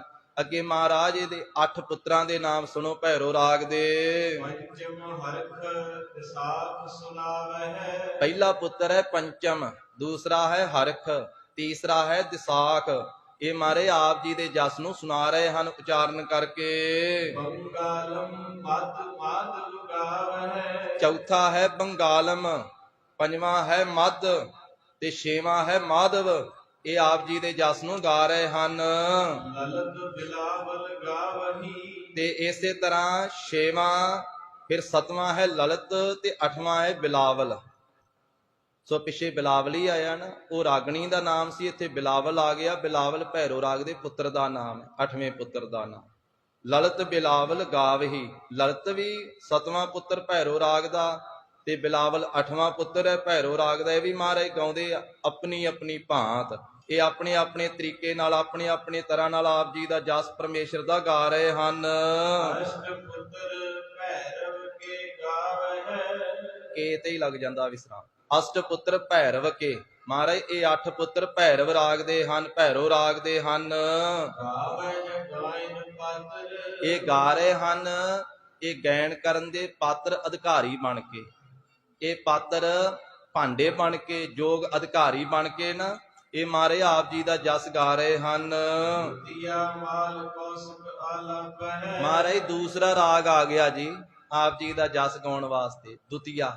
ਇਸ ਰਾਗ ਦਾ ਨਾਮ ਹੈ ਮਾਲ ਕੌਸਕ ਰਾਗ। ਮਾਲ ਕੌਸਕ ਰਾਗ ਵੀ ਆਪ ਜੀ ਦੇ ਜਸ ਨੂੰ ਆਲਾਪੈ ਅਲਾਪ ਰਿਹਾ ਹੈ, ਅਲਾਪ ਕਰ ਕਰਕੇ ਗਾ ਰਿਹਾ ਹੈ। ਰਾਗਨੀ ਪੰਚੋ ਥਾਪ ਇਸ ਮਾਲ ਕੌਸਕ ਰਾਗ ਦੇ ਨਾਲ ਵੀ ਮਹਾਰਾਜ 5 ਰਾਗਣੀਆਂ ਥਾਪੇ ਸਥਿਤ ਕੀਤੀਆਂ ਹੋਈਆਂ ਹਨ। 5 ਇਹਦੀਆਂ ਘਰ ਵਾਲੀਆਂ ਰਾਗਣੀਆਂ ਨਾਲ ਆਈਆਂ ਹਨ। ਦੇਵ ਗੰਧਾਰੀ ਮਹਾਰਾਜ ਪਹਿਲੀ ਇਹਦੀ ਘਰ ਵਾਲੀ ਰਾਗਣੀ ਦਾ ਨਾਮ ਹੈ ਗੋਂਡ ਕਰੀ ਆਰ ਅਤੇ ਦੇਵ ਗੰਧਾਰੀ, ਤੇ ਦੂਸਰੀ ਰਾਗਣੀ ਹੈ ਦੇਵ ਗੰਧਾਰੀ, ਗੰਧਾਰੀ ਸੇਵਤੀ ਉਜਾਰੀ ਤੇ ਤੀਸਰੀ ਮਹਾਰਾਜ ਗੰਧਾਰੀ ਰਾਗਣੀ ਹੈ। ਦੇਵ ਗੰਧਾਰੀ ਵੱਖਰੀ ਹੈ ਤੇ ਗੰਧਾਰੀ ਵੱਖਰੀ ਹੈ ਸਾਧ ਸੰਗਤ। ਤੋ ਇਸੇ ਤਰ੍ਹਾਂ ਸੀਹੁਤੀ, ਚੌਥੀ ਸੀਹੁਤੀ ਰਾਗਣੀ ਹੈ ਉਚਾਰੀ। ਇਹ ਮਹਾਰਾਜ ਆਪ ਜੀ ਦੇ ਜਸ ਨੂੰ ਉਚਾਰਨ ਕਰ ਰਹੀਆਂ ਹਨ। ਮਾਲ ਕੌਸਕ ਰਾਗ ਦੇ ਰਾਗਣੀਆਂ। ਆਸਰੀਏ ਪੰਚੋ ਗਾਈ ਤੇ ਧਨਾਸਰੀਏ 5ਵੀਂ ਰਾਗਣੀ ਮਹਾਰਾਜ ਆਪ ਜੀ ਦੇ ਜਸ ਨੂੰ ਗਾ ਰਹੀ ਹੈ। ਬਾਲ ਰਾਗ ਕੌਸਕ ਸੰਗ ਲਾਈ ਇਹ ਮਾਲ ਕੌਸ਼ਿਕ ਰਾਗ ਜੋ ਹੈ ਨਾ, ਉਹਦੇ ਨਾਲ ਮਹਾਰਾਜ ਆਈਆਂ ਹੋਈਆਂ, ਨਾਲ ਲਾਈਆਂ ਹੋਈਆਂ, ਨਾਲ ਆਈਆਂ ਹੋਈਆਂ ਆਪ ਜੀ ਦੇ ਜਸ ਨੂੰ ਗਾ ਰਹੀਆਂ ਹਨ ਇਹ ਪੰਜ ਰਾਗਣੀਆਂ। ਮਾਰੂ ਮਸਤ ਅੰਗ ਮੇਵਾਇਆ ਅੱਗੇ ਮਾਰੇ 8 ਪੁੱਤਰਾਂ ਦੇ ਨਾਮ ਸੁਣੋ, ਜਿਹੜੇ ਮਾਲ ਕੌਸ਼ਿਕ ਰਾਗ ਦੇ 8 ਪੁੱਤਰ ਹਨ। ਪਹਿਲਾ ਹੈ ਉਹਦਾ ਪੁੱਤਰ ਮਾਰੂ, ਦੂਸਰਾ ਹੈ ਮਸਤੇ ਅੰਗ, ਇਹ ਇਕੱਠਾ ਹੀ ਪਾਠ ਹੈ ਮਸਤੇ ਅੰਗ, ਤੇ ਤੀਸਰਾ ਪੁੱਤਰ ਹੈ ਮੇਵਾਰਾ। ਪ੍ਰਬਲ ਚੰਡ ਕੌਸਕ ਉਭਾਰਾ ਤੇ ਇਸੇ ਤਰ੍ਹਾਂ ਫਿਰ ਚੌਥਾ ਹੈ ਪ੍ਰਬਲ ਚੰਡ, ਇਹ ਪੁੱਤਰ ਹੈ ਇਸਦਾ ਪ੍ਰਬਲ ਚੰਡ। ਤੇ ਪੰਜਵਾਂ ਕੌਸ਼ਿਕ ਹੈ ਤੇ ਛੇਵਾਂ ਉਭਾਰਾ ਹੈ ਪੁੱਤਰ। ਹਉ ਖਟਿਓ ਭੌਰਾ ਨਦ ਗਾਏ ਤੇ ਇਸੇ ਤਰ੍ਹਾਂ ਸਤਵਾਂ ਹੈ ਖੋਖਟ, ਔ ਕਹੀਏ ਅਤੇ ਭੌਰਾ ਨਦ ਗਾਏ, ਤੇ ਅੱਠਵਾਂ ਭੌਰਾ ਨਦ ਪੁੱਤਰ ਹੈ। ਕਈ ਇਸ ਨੂੰ ਭੌਰਾ ਨੰਦ ਕਹਿ ਦਿੰਦੇ ਟਿੱਪੀ ਲਾ ਕੇ, ਪਰ ਇਹਦਾ ਉਚਾਰਨ ਟਿੱਪੀ ਤੋਂ ਬਿਨਾਂ ਹੀ ਹੈ ਭੌਰਾ ਨਦ। ਇਹ ਅੱਠਵਾਂ ਪੁੱਤਰ ਮਾਲ ਕੌਸ਼ਿਕ ਰਾਗ ਦਾ ਆਪ ਜੀ ਦੇ ਜਸ ਨੂੰ ਗਾ ਰਿਹਾ ਹੈ। ਮਾਲ ਕੌਸ਼ਿਕ ਮਾਲ ਕੌਸਕ ਸੰਗ ਲਾਏ ਇਹ ਮਹਾਰਾਜ 8 ਜਿਹੜੇ ਆ ਇਹ ਮਾਲ ਕੌਸ਼ਿਕ ਰਾਗ ਦੇ ਨਾਲ ਲਾਏ ਹੋਏ ਇਹ 8 ਪੁੱਤਰ ਮਹਾਰਾਜ ਆਪ ਜੀ ਦੇ ਜਸ ਨੂੰ ਗਾ ਰਹੇ ਹਨ। ਆਇਓ ਹਿੰਡੋਲ ਇਹ ਮਹਾਰਾਜ ਤੀਸਰਾ ਰਾਗ ਚੱਲ ਕੇ ਆ ਗਿਆ ਜੀ। ਹੁਣ ਆਇਓ ਹਿੰਡੋਲ, ਹਿੰਡੋਲ ਰਾਗ ਆ ਗਿਆ ਹੈ। ਪੰਚਦਾਰ ਸੰਗ ਅਸ਼ਟ ਸੁਧ ਇਸ ਹਿੰਡੋਲ ਰਾਗ ਦੇ ਨਾਲ ਵੀ ਮਹਾਰਾਜ 5 ਇਹਦੀਆਂ ਨਾਰੀਆਂ, ਪੰਚਨਾਰ, 5 ਇਹਦੀਆਂ ਰਾਗਣੀਆਂ ਘਰ ਵਾਲੀਆਂ, ਤੇ ਨਾਲ ਮਾਰੇ ਅਸ਼ਟ ਸੁੱਤ 8 ਇਹਦੇ ਪੁੱਤਰ ਹਨ। ਉਠੈ ਤਾਨ ਕਲੋਲ ਤੇ ਜਿਸ ਵੇਲੇ ਮਹਾਰਾਜ ਇਹ ਗਾਉਂਦੇ ਨਾ ਆਪ ਜੀ ਦੇ ਜਸ ਨੂੰ, ਫਿਰ ਉੱਠਦੀਆਂ ਹਨ ਤਾਨਾਂ ਦੇ ਵਿੱਚੋਂ ਕਲੋਲ ਲਹਿਰਾਂ ਉੱਠਦੀਆਂ ਹਨ। ਗਾਇਨ ਤਾਰ ਮਿਲਾਵਹੀ ਜਿਸ ਵੇਲੇ ਇਹ ਸੁਰ ਤਾਲ ਮਿਲਾ ਕਰਕੇ ਗਾਉਂਦੇ ਹਨ। ਲੰਗੀ ਦੇਵ ਕਰੀ ਆਈ ਮਹਾਰਾਜ ਹਿੰਡੋਲ ਰਾਗ ਦੀਆਂ ਜਿਹੜੀਆਂ 5 ਰਾਗਣੀਆਂ ਨੇ ਇਹਦੇ ਘਰ ਵਾਲੀਆਂ, ਪਹਿਲੀ ਦਾ ਨਾਮ ਹੈ ਤੇਲੰਗੀ, ਦੂਸਰੀ ਦੇਵਕਰੀ ਆ ਗਈ ਜਸ ਗਾਉਣ ਵਾਸਤੇ, ਬਸੰਤੀ ਸੰਧੂਰ ਸੁਹਾਈ ਤੇ ਮਹਾਰਾਜ ਤੀਸਰੀ ਬਸੰਤੀ ਆ ਗਈ, ਤੇ ਚੌਥੀ ਹੈ ਸੰਦੂਰ। ਇਹਨੂੰ ਸੰਧੂਰ ਨਹੀਂ ਕਹਿਣਾ, ਧੱਦਾ ਲੱਗ ਜਾਂਦਾ ਹੈ, ਦੱਦੇ ਨਾਲ ਪੋਲਾ ਜਿਹਾ ਇਹਦਾ ਉਚਾਰਨ ਹੈ ਸੰਦੂਰ ਸੁਹਾਈ। ਇਹ ਮਹਾਰਾਜ ਚੌਥੀ ਸੰਦੂਰ ਰਾਗਣੀ ਸੁਹਾਈ ਕਹੀਏ ਸੋਭਨੀਕ ਹੋ ਗਈ ਜਸ ਗਾਉਣ ਵਾਸਤੇ। ਸਰਸ ਅਹੀਰੀ ਲੈ ਭਾਰ ਜਾ ਤੇ ਪੰਜਵੀਂ ਹੈ ਅਹੀਰੀ ਰਾਗਣੀ, ਸਰਸ ਕਹੀਏ ਸਹਿਤ ਰਸ ਦੇ, ਭਾਰਜਾ ਕਹੀਏ ਭਾਰਜਾ ਨਾਮ ਹੁੰਦਾ ਘਰ ਵਾਲੀ ਦਾ। ਇਹ ਮਹਾਰਾਜ ਹਿੰਡੋਲ ਰਾਗ ਦੀਆਂ 5 ਘਰ ਵਾਲੀਆਂ ਜਿਹੜੀਆਂ ਸਹਿਤ ਰਸ ਦੇ ਆਪ ਜੀ ਦੇ ਜਸ ਨੂੰ ਗਾ ਰਹੀਆਂ ਹਨ। ਬੁਲਾਈ ਪੰਚਵਾਰ ਜਾ ਇਹ ਹਿੰਡੋਲ ਰਾਗ ਨੇ ਆਪਣੇ ਨਾਲ ਲਿਆਂਦੀਆਂ ਹੋਈਆਂ ਹਨ ਪੰਜੇ ਹੀ ਆਰਜਾ ਜੋ ਸ੍ਰੇਸ਼ਟ ਹਨ। ਹਿੰਡੋਲ ਰਾਗ ਤੇ ਉਹਦੇ ਰਾਗਣੀਆਂ ਇਹ ਆਪ ਜੀ ਦਾ ਜਸ ਗਾ ਰਹੀਆਂ ਹਨ। ਆਨੰਦ ਭਾਸ ਕਰ ਆਈ ਫਿਰ ਮਹਾਰਾਜ 8 ਪੁੱਤਰ ਇਹ ਹਨ ਹਿੰਡੋਲ ਰਾਗ ਦੇ। ਪਹਿਲੇ ਦਾ ਨਾਮ ਹੈ ਸੁਰਮਾਨੰਦ, ਦੂਸਰਾ ਮਹਾਰਾਜ ਭਾਸਕਰ, ਇਹ ਵੀ ਆ ਗਏ ਆਪ ਜੀ ਦੀ ਹਜ਼ੂਰੀ ਵਿੱਚ ਆਪ ਜੀ ਦਾ ਜਸ ਗਾਉਣ ਵਾਸਤੇ। ਚੰਦਰ ਬਿੰਬ ਮੰਗਲਨ ਸੁਹਾਏ ਤੇ ਫਿਰ ਚੰਦਰ ਬਿੰਬ ਹੈ ਇਹ ਪੁੱਤਰ, ਇੱਕ ਮੰਗਲਨ ਹੈ ਸੁਹਾਏ ਸੋਭਨੀਕ। ਸਰਸ ਬਾਣਿਓ ਆਹੇ ਬਿਉਦਾ ਇਸੇ ਤਰ੍ਹਾਂ ਇੱਕ ਸਰਸਬਾਣ ਹੈ ਔ ਅਤੇ ਆਹੇ ਹੈ ਬਿਨੋਦਾ ਇੱਕ। ਗਾਵੇ ਸਰਸ ਬਸੰਤ ਕਮੋਦਾ ਤੇ ਇਹ ਗਾਉਂਦੇ ਹਨ ਸਹਿਤ ਰਸ ਤੇ, ਇੱਕ ਬਸੰਤ ਹੈ ਤੇ ਇੱਕ ਕਮੋਦਾ ਹੈ। ਇਹ 8 ਪੁੱਤਰ ਹਨ। ਪਹਿਲਾ ਹੈ ਸੁਰਮਾਨੰਦ, ਦੂਸਰਾ ਭਾਸਕਰ, ਤੀਸਰਾ ਚੰਦਰਬਿੰਬ, ਚੌਥਾ ਮੰਗਲਨ। ਤਾਂ ਇਸੇ ਪ੍ਰਕਾਰ ਪੰਜਵਾਂ ਸਰਸਮਾਨ ਤੇ ਛੇਵਾਂ ਬਿਨੋਦਾ ਤੇ ਸਤਵਾਂ ਬਸੰਤ ਤੇ 8ਵਾਂ ਕਮੋਦਾ। ਇਹ 8 ਪੁੱਤਰ ਹਨ। ਅਸ਼ਟ ਪੁੱਤਰ ਮੈਂ ਕਹੇ ਸਵਾਰੀ ਇਹ 8 ਪੁੱਤਰ ਮਹਾਰਾਜ ਮੈਂ ਆਪ ਜੀ ਦੀ ਹਾਜ਼ਰੀ ਵਿੱਚ ਆਪ ਜੀ ਦੀ ਹਜ਼ੂਰੀ ਵਿੱਚ ਸਵਾਰ ਕੇ ਬਣਾ ਕੇ ਕਹਿ ਦਿੱਤੇ, ਕਥਨ ਕੀਤੇ ਹਨ। ਆਈ ਦੀਪਕ ਕੀ ਵਾਰੀ ਫਿਰ ਮਹਾਰਾਜ ਹੁਣ ਦੀਪਕ ਰਾਗ ਦੀ ਵਾਰੀ ਆ ਗਈ ਹੈ ਜੀ। ਦੀਪਕ ਰਾਗ ਆ ਗਿਆ ਆਪਣੀ ਹਾਜ਼ਰੀ ਲਵਾਉਣ ਵਾਸਤੇ, ਆਪ ਜੀ ਦਾ ਜਸ ਗਾਉਣ ਵਾਸਤੇ। ਛੇਲੀ ਪਟ ਮੰਜਰੀ ਮਹਾਰਾਜ ਦੀਪਕ ਰਾਗ ਵੀ ਇਕੱਲਾ ਨਹੀਂ ਆਇਆ, ਇਹਦੇ ਨਾਲ ਵੀ 5 ਰਾਗਣੀਆਂ ਇਹਦੀਆਂ ਆਈਆਂ। ਪਹਿਲੀ ਕਸ਼ੇਲੀ ਹੈ, ਦੂਸਰੀ ਪਟ ਮੰਜਰੀ ਹੈ, ਢੋਡੀ ਕਹੀ ਅਲਾਪ ਤੀਸਰੀ ਰਾਗਣੀ ਇਹਦੀ ਟੋਡੀ ਹੈ।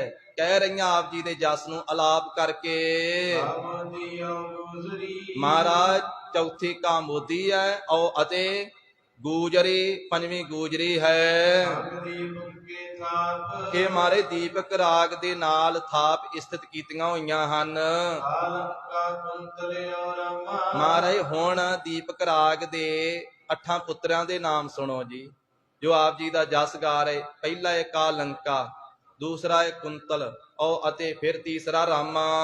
ਕਮਲ ਚੰਪਕ ਕੇ ਨਾਮਾ ਕਮਲ ਕੁਸਮ ਇਕੱਠਾ ਪਾਠ ਹੈ, ਚੌਥੇ ਪੁੱਤਰ ਦਾ ਨਾਮ ਹੈ ਕਮਲ ਕੁਸਮ। ਇਹ ਮਾਰੇ ਚੌਥਾ ਹੈ ਦੀਪਕ ਰਾਗ ਦਾ ਪੁੱਤਰ। ਚੰਪਕ ਫਿਰ ਪੰਜਵਾਂ ਚੰਪਕ ਹੈ, ਇਹਨਾਂ ਦੇ ਇਹ ਨਾਮ ਹਨ। ਗੋਰਾ ਔ ਕਾਂਦਰਾ ਕਲਿਆਣਾ ਫਿਰ ਮਾਰੇ ਇੱਕ ਗੌਰਾ ਹੈ ਅਤੇ ਇੱਕ ਕਾਨਰਾ ਹੈ। ਕਾਨਰਾ ਤੋਂ ਭਾਵ ਕਾਨੜਾ। ਕਲਿਆਣਾ ਇੱਕ ਕਲਿਆਣ ਹੈ। ਅਸ਼ਟ ਪੁੱਤਰ ਦੀਪਕ ਕੇ ਜਾਣਾ ਇਹ ਮਾਰੇ 8 ਪੁੱਤਰ ਦੀਪਕ ਰਾਗ ਦੇ ਜਾਣ ਲਓ ਜੀ, ਆਪ ਜੀ ਦਾ ਜਸ ਗਾ ਰਹੇ ਹਨ। ਸਭ ਮਿਲ ਸ੍ਰੀ ਰਾਗ ਮੈਂ ਗਾਵੈ ਸਾਰਿਆਂ ਨਾਲ ਮਿਲ ਕਰਕੇ ਮਹਾਰਾਜ ਸ੍ਰੀ ਰਾਗ ਵੀ ਆ ਗਿਆ, ਆਪ ਜੀ ਦਾ ਜਸ ਗਾ ਰਿਹਾ ਹੈ। ਪੰਜੋ ਸੰਗ ਬਰੰਗਨ ਲਾਵੈ ਇਹ ਪੰਜਵਾਂ ਰਾਗ ਆ ਗਿਆ ਜੀ ਸ੍ਰੀ ਰਾਗ, ਤੇ ਇਹਦੇ ਨਾਲ ਵੀ ਪੰਚੋ ਸੰਗ ਬਰੰਗਨ ਲਾਵਹਿ। ਪੰਜ ਜਿਹੜੀਆਂ ਸ੍ਰੇਸ਼ਟ ਅੰਗਾਂ ਵਾਲੀਆਂ ਇਸ ਦੇ ਰਾਗਣੀਆਂ, ਇਹਦੀਆਂ ਘਰ ਵਾਲੀਆਂ ਵੀ ਨਾਲ ਆਈਆਂ ਹੋਈਆਂ ਜਸ ਗਾਉਣ ਵਾਸਤੇ। ਬੈਰਾਰੀ ਕਰਨਾਟੀ ਧਰੀ ਪਹਿਲੀ ਇਸ ਦੀ ਰਾਗਣੀ ਹੈ ਬੈਰਾਰੀ, ਦੂਸਰੀ ਹੈ ਕਰਨਾਟੀ ਧਰੀ, ਇਹ ਧਾਰਨ ਕੀਤੀ ਹੋਈ ਨਾਲ ਆਈ ਹੋਈ ਹੈ। ਗਵਰੀ ਗਾਵੈ ਆਸਾਵਰੀ ਤੇ ਤੀਸਰੀ ਗਵਰੀ ਹੈ, ਗਾਵੇ ਗਾਉਂਦੀ ਹੈ ਜਸ। ਤੇ ਚੌਥੀ ਆਸਾਵਰੀ। ਇਹ ਇਕੱਠਾ ਹੀ ਮਹਾਂਪੁਰਖ ਦੱਸਦੇ ਵੀ ਇਹਦਾ ਪਾਠ ਆਸਾਵਰੀ ਕਰਨਾ, ਆਸਾਵਰੀ ਨਹੀਂ ਕਰਨਾ। ਆਸਾਵਰੀ ਜਿਹੜੀ ਹੈ ਚੌਥੀ ਆਪ ਜੀ ਦਾ ਜਸ ਗਾ ਰਹੀ ਹੈ। ਇਹ ਪਾਸ਼ੇ ਸਿੰਧਰੀ ਅਲਾਪੀ ਇਹਨਾਂ ਤੋਂ ਪਿੱਛੋਂ ਮਾਰੇ ਪੰਜਵੀਂ ਰਾਗਣੀ ਜਿਹੜੀ ਹੈ ਇਹ ਸਿੰਧਵੀ ਹੈ, ਅਲਾਪੀ ਅਲਾਪ ਰਹੀ ਆਪ ਜੀ ਦੇ ਜਸ ਨੂੰ। ਸ੍ਰੀ ਰਾਗ ਸਿਉ ਪੰਜੋ ਥਾਪੀ ਇਹ ਸ੍ਰੀ ਰਾਗ ਦੇ ਨਾਲ ਮਾਰੇ ਪੰਜੇ ਥਾਪੀਆਂ ਹੋਈਆਂ, ਸਥਿਤ ਕੀਤੀਆਂ ਆਈਆਂ ਹੋਈਆਂ ਆਪ ਜੀ ਦਾ ਜਸ ਕਰਨ ਵਾਸਤੇ। ਸਾਗਰਾ ਚੌਥਾ ਹੈ ਗੋਂਡ ਤੇ ਪੰਜਵਾਂ ਹੈ ਗੰਭੀਰ ਪੁੱਤਰ। ਅਸ਼ਟ ਪੁੱਤਰ ਸ੍ਰੀ ਰਾਗ ਕੇ ਮਹਾਰਾਜ ਇਹ 8 ਪੁੱਤਰ ਆ ਸ੍ਰੀ ਰਾਗ ਦੇ, 5 ਤਾਂ ਪਿੱਛੇ ਦੱਸ ਦਿੱਤੇ, 3 ਅੱਗੇ ਦੱਸਦੇ ਹਨ। ਗੁੰਡ ਕੁੰਭ ਹਮੀਰ ਮਹਾਰਾਜ 6ਵਾਂ ਹੈ ਗੁੰਡ, 7ਵਾਂ ਹੈ ਕੁੰਭ ਤੇ 8ਵਾਂ ਹੈ ਹਮੀਰ। ਇਹ ਸ੍ਰੀ ਰਾਗ ਦੇ 8 ਪੁੱਤਰ ਹਨ। ਅਸ਼ਟਮ ਮੇਘ ਰਾਗ ਮੈਂ ਗਾਵੈ ਮਹਾਰਾਜ 6ਵਾਂ ਰਾਗ ਆ ਗਿਆ ਜੀ ਮੇਘ ਰਾਗ। 6ਵਾਂ ਮੇਘ ਰਾਗ ਆਪ ਜੀ ਦੇ ਜਸ ਨੂੰ ਗਾ ਰਿਹਾ ਹੈ। ਪੰਜੋ ਸੰਗ ਬਰੰਗਨ ਲਾਵੈ ਤੇ 5 ਸ੍ਰੇਸ਼ਟ ਇਸਤਰੀਆਂ ਰਾਗਣੀਆਂ ਵੀ ਨਾਲ ਲਾਈਆਂ ਹੋਈਆਂ ਆਈਆਂ ਹੋਈਆਂ ਹਨ ਆਪ ਜੀ ਦਾ ਜਸ ਕਰਨ ਵਾਸਤੇ। ਸੋਰਠ ਗੋੜ ਮਲਾਰੀ ਧੁਨੀ ਪਹਿਲੀ ਰਾਗਣੀ ਹੈ ਮਹਾਰਾਜ ਮੇਘ ਰਾਗ ਦੀ ਸੋਰਠ, ਦੂਸਰੀ ਹੈ ਗੋਂਡ, ਤੀਸਰੀ ਹੈ ਮਲਾਰੀ ਤੇ ਉੱਚੀ ਧੁਨ ਦੇ ਨਾਲ ਗਾ ਰਹੀਆਂ। ਮਨ ਗਾਵੈ ਆਸਾ ਗੁਣ ਗੁਨੀ ਤੇ ਫਿਰ ਆਸਾ ਰਾਗਣੀ ਮਹਾਰਾਜ ਗਾ ਰਹੀ ਹੈ, ਇਹ ਚੌਥੀ। ਗੁਣ ਵਿਚਾਰ ਕਰਕੇ ਗੁਣੀ ਆਪ ਜੀ ਦੇ ਗੁਣਾਂ ਨੂੰ, ਜੋ ਗੁਣੀ ਲੋਕ ਵਿਚਾਰ ਦੇ ਨਾਲ ਆਸਾ ਰਾਗਣੀ ਨੂੰ ਗਾਉਂਦੇ ਹਨ। ਇਹ ਆਸਾ ਰਾਗਣੀ ਗੁਣ ਗੁਣਾਂ ਦੇ ਵਿੱਚ ਜਿਹੜੀ ਲਵਾ ਲਵ ਭਰਪੂਰ ਹੈ, ਗੁਣੀ ਬਣੀ ਹੋਈ ਆਪ ਜੀ ਦੇ ਜਸ ਨੂੰ ਗਾਉਂਦੀ ਹੈ। ਉੱਚੈ ਸੁਰ ਸੂਹੋ ਪੁਨ ਤੇ ਕੀਨੀ ਪੰਜਵੀਂ ਰਾਗਣੀ ਮਹਾਰਾਜ ਮੇਘ ਰਾਗ ਦੀ ਉੱਚੇ ਸੁਰ ਦੇ ਨਾਲ ਇਹ ਸੂਹੀ ਹੈ, ਸੂਹੋ ਪੁਨ ਕੀਨੀ। ਇਹਨੇ ਵੀ ਮਹਾਰਾਜ ਸਾਹਿਬ ਆਪ ਜੀ ਦਾ ਜਸ ਗਾਉਣਾ ਕੀਤਾ ਹੈ। ਮੇਘ ਰਾਗ ਸਿਉ ਪੰਜੋ ਚੀਨੀ ਇਹ ਮੇਘ ਰਾਗ ਦੇ ਨਾਲ ਮਹਾਰਾਜ ਪੰਜੇ ਹੀ ਚੀਨੀ ਜਾਣ ਲਓ ਜੀ, ਇਹ 5 ਉਹਦੀਆਂ ਰਾਗਣੀਆਂ ਆਈਆਂ ਹੋਈਆਂ ਹਨ। ਮੇਰਾ ਧਰ ਗਜ ਧਰ ਕੇਦਾਰਾ ਮਹਾਰਾਜ ਮੇਘ ਰਾਗ ਦੇ 8 ਪੁੱਤਰਾਂ ਦੇ ਨਾਮ ਇਸ ਪ੍ਰਕਾਰ ਹਨ। ਪਹਿਲਾ ਪੁੱਤਰ ਹੈ ਮੇਘ ਰਾਗ ਦਾ ਬੈਰਾ ਧਰ, ਦੂਸਰਾ ਹੈ ਗਜ ਧਰ, ਤੀਸਰਾ ਹੈ ਕੇਦਾਰਾ, ਰਬਲੀ ਧਰ ਨਾਟਿਓ ਜਲ ਧਾਰਾ ਚੌਥਾ ਜਬਲੀ ਧਰ, ਪੰਜਵਾਂ ਨਟ ਅਤੇ 6ਵਾਂ ਜਲ ਧਾਰਾ ਹੈ। ਗੁਣ ਗਾਵੈ ਸੰਕਰਿਓ ਸਿਆਮਾ ਫਿਰ ਮਹਾਰਾਜ 7ਵਾਂ ਪੁੱਤਰ ਹੈ ਮੇਘ ਰਾਗ ਦਾ ਸ਼ੰਕਰ ਤੇ 8ਵਾਂ ਹੈ ਸਿਆਮਾ।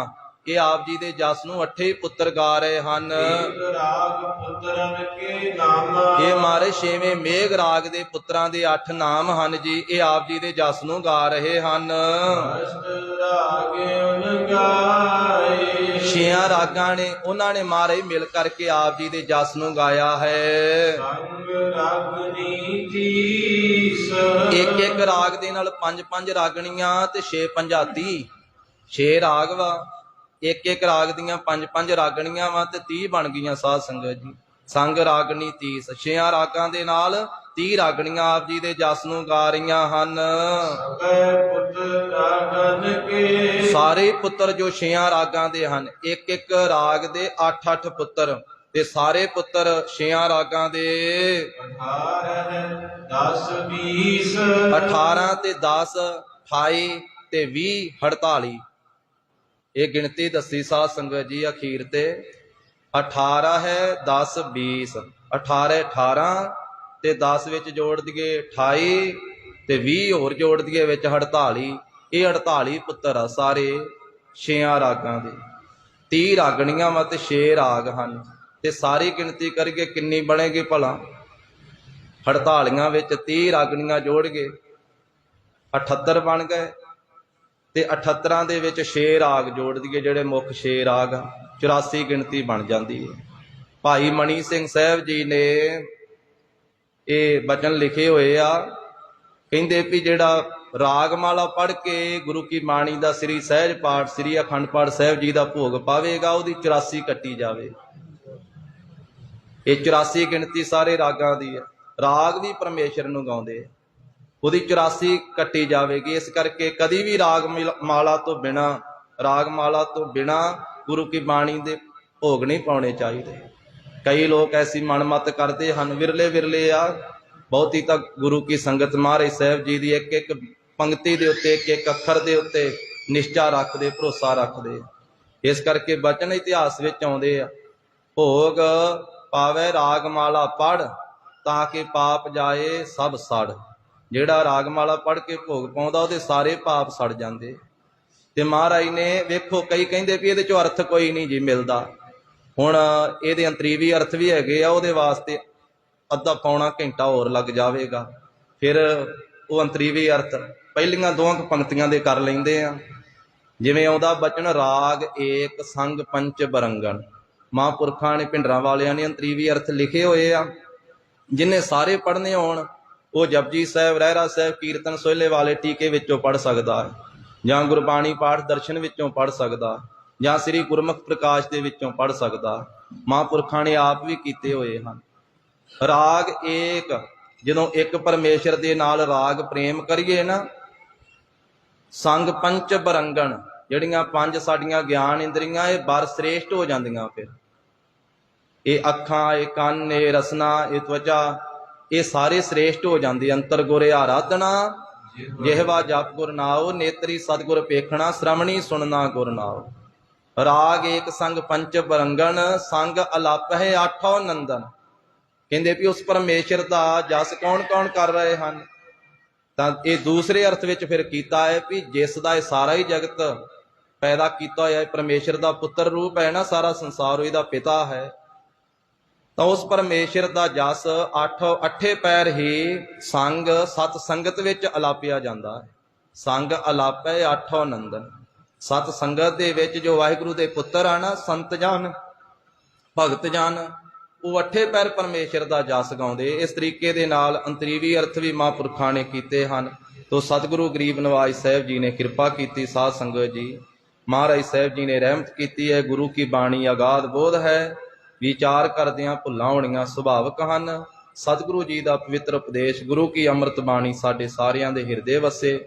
ਤੋ ਆਪ ਜੀ ਸਾਰੇ ਬੜੇ ਪ੍ਰੇਮ ਸਤਿਕਾਰ ਦੇ ਨਾਲ ਸਤਿਕਾਰਯੋਗ ਭਾਈ ਸਾਹਿਬ ਭਾਈ ਸੁਖਦੇਵ ਸਿੰਘ ਜੀ, ਉਹਨਾਂ ਦੇ ਪਾਸੋਂ ਹਰ ਰੋਜ਼ ਅੰਮ੍ਰਿਤ ਬਾਣੀ ਦੀ ਕਥਾ ਸਰਵਣ ਕਰਦੇ ਹੋ। ਕਈਆਂ ਸਾਲਾਂ ਤੋਂ ਮਹਾਰਾਜ ਸਾਹਿਬ ਜੀ ਨੇ ਕਿਰਪਾ ਕੀਤੀ ਆ, ਇਹਨਾਂ ਨੂੰ ਇੱਥੇ ਸੇਵਾ ਬਖਸ਼ਿਸ਼ ਕੀਤੀ ਹੈ। ਡੱਲਾ ਸਾਹਿਬ ਦੇ ਵਿੱਚ ਗੁਰਦੁਆਰਾ ਸ੍ਰੀ ਬੌਲੀ ਸਾਹਿਬ ਪੰਜਵੇਂ ਪਾਤਸ਼ਾਹ ਨੇ ਆਪਣੇ ਚਰਨਾਂ ਦੇ ਵਿੱਚ, ਤੋ ਸਾਧ ਸੰਗਤ ਜੀ ਦਾਸ ਦੇ ਵੀ ਵੱਡੇ ਭਾਗ ਤੋ ਮਹਾਰਾਜ ਸਾਹਿਬ ਜੀ ਦੇ ਐਸੇ ਪਾਵਨ ਪਵਿੱਤਰ ਸਥਾਨ ਤੇ ਗੁਰੂ ਕੀ ਬਾਣੀ ਦੀ ਅੰਮ੍ਰਿਤ ਬਾਣੀ ਦੀ ਕਥਾ ਦੇ ਭੋਗ ਪਾਉਣ ਦਾ ਸੁਭਾਗ ਪ੍ਰਾਪਤ ਹੋਇਆ। ਤੋ ਸਤਿਗੁਰੂ ਸੱਚੇ ਪਾਤਸ਼ਾਹ ਮਹਾਰਾਜ ਸਾਹਿਬ ਜੀ ਰਹਿਮਤ ਕਰਨ। ਆਪ ਸਾਰੀਆਂ ਸੰਗਤਾਂ ਨੂੰ ਮਹਾਰਾਜ ਸਾਹਿਬ ਜੀ ਦੀ ਅੰਮ੍ਰਿਤ ਬਾਣੀ ਦੇ ਇਹ ਭੋਗ ਜੋ ਕਥਾ ਦੇ ਸੰਪੂਰਨ ਹੋਏ ਹਨ, ਲੱਖ ਲੱਖ ਵਧਾਈਆਂ ਹੋਣ ਜੀ, ਲੱਖ ਲੱਖ ਵਧਾਈਆਂ ਹੋਣ। ਭੁੱਲਾਂ ਚੁੱਕਾਂ ਦੀ ਖਿਮਾ ਕਰਨੀ। ਅਖੀਰਲੀਆਂ ਪੰਕਤੀਆਂ ਦਾ ਜਾਪ ਕਰਕੇ ਇੱਕ ਵਾਰ ਫਤਿਹ ਬਜਾਈਏ ਤਾਂ ਫਿਰ 5 ਜਕਾਰੇ ਬੁਲਾਵਾਂਗੇ ਸਾਧ ਸੰਗਤ ਜੀ, ਆਪਾਂ ਰਲ ਮਿਲ ਕਰਕੇ। ਹਾਂਜੀ। ਅਸ਼ਟ ਰਾਗ ਅਨ ਗਾਏ, ਸੰਗ ਰਾਗ ਨੀਤੀ ਸਭ ਪੁੱਤਰ अंतर रागन के 18 10 20 वाहिगुरु जी का खालसा वाहिगुरु जी की फतेह। सत श्री अकाल।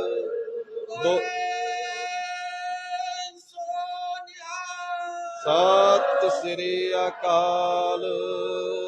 बोले सो निहाल। सत श्री अकाल।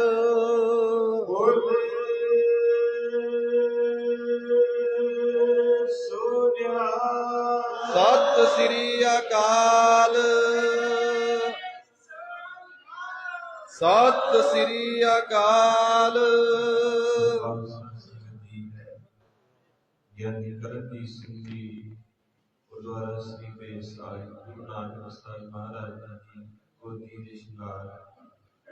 ਕਿਉਂਕਿ ਜਿਸ ਤਰ੍ਹਾਂ ਸਿੰਘ ਸਾਹਿਬ ਨੇ ਵੀ ਦੱਸਿਆ ਕਿ ਆਪਣਾ ਕੋਈ ਕਰਮ ਦੇ ਨਾ ਕੋਈ ਮਿਹਨਤ ਨਾ ਸੇਵਾ, ਇਹ ਕੋਈ ਪੂਰਬਲੀ ਸੇਵਾ। ਜਿੱਦਾਂ ਮਹਾਰਾਜ ਗੁਰੂ ਸਾਹਿਬ ਮਹਾਰਾਜ ਦੀ ਗੋਦੀ ਭਾਈ ਗੋਗਲੂ ਵਰਗੇ ਸਿੱਖ ਪਏ, ਮਹਾਰਾਜ ਕਿਹਦੇ ਕੀ ਦੇਈਏ ਪੁੱਤਰ ਭਾਈ ਗੋਪਾਲਾ ਜੀ ਵਰਗੇ ਸਿੱਖ। ਕਿਉਂਕਿ ਤੇ ਮਹਾਰਾਜ ਸਾਨੂੰ ਕੁਛ ਨਹੀਂ ਚਾਹੀਦਾ, ਬਸ ਏਦਾਂ ਹੀ ਜਨਮ ਲੈਂਦੇ ਰਹੀਏ ਤੇ ਤੇਰੇ ਦਰਗਾਹ ਦੀ ਸੇਵਾ ਕਰੀ।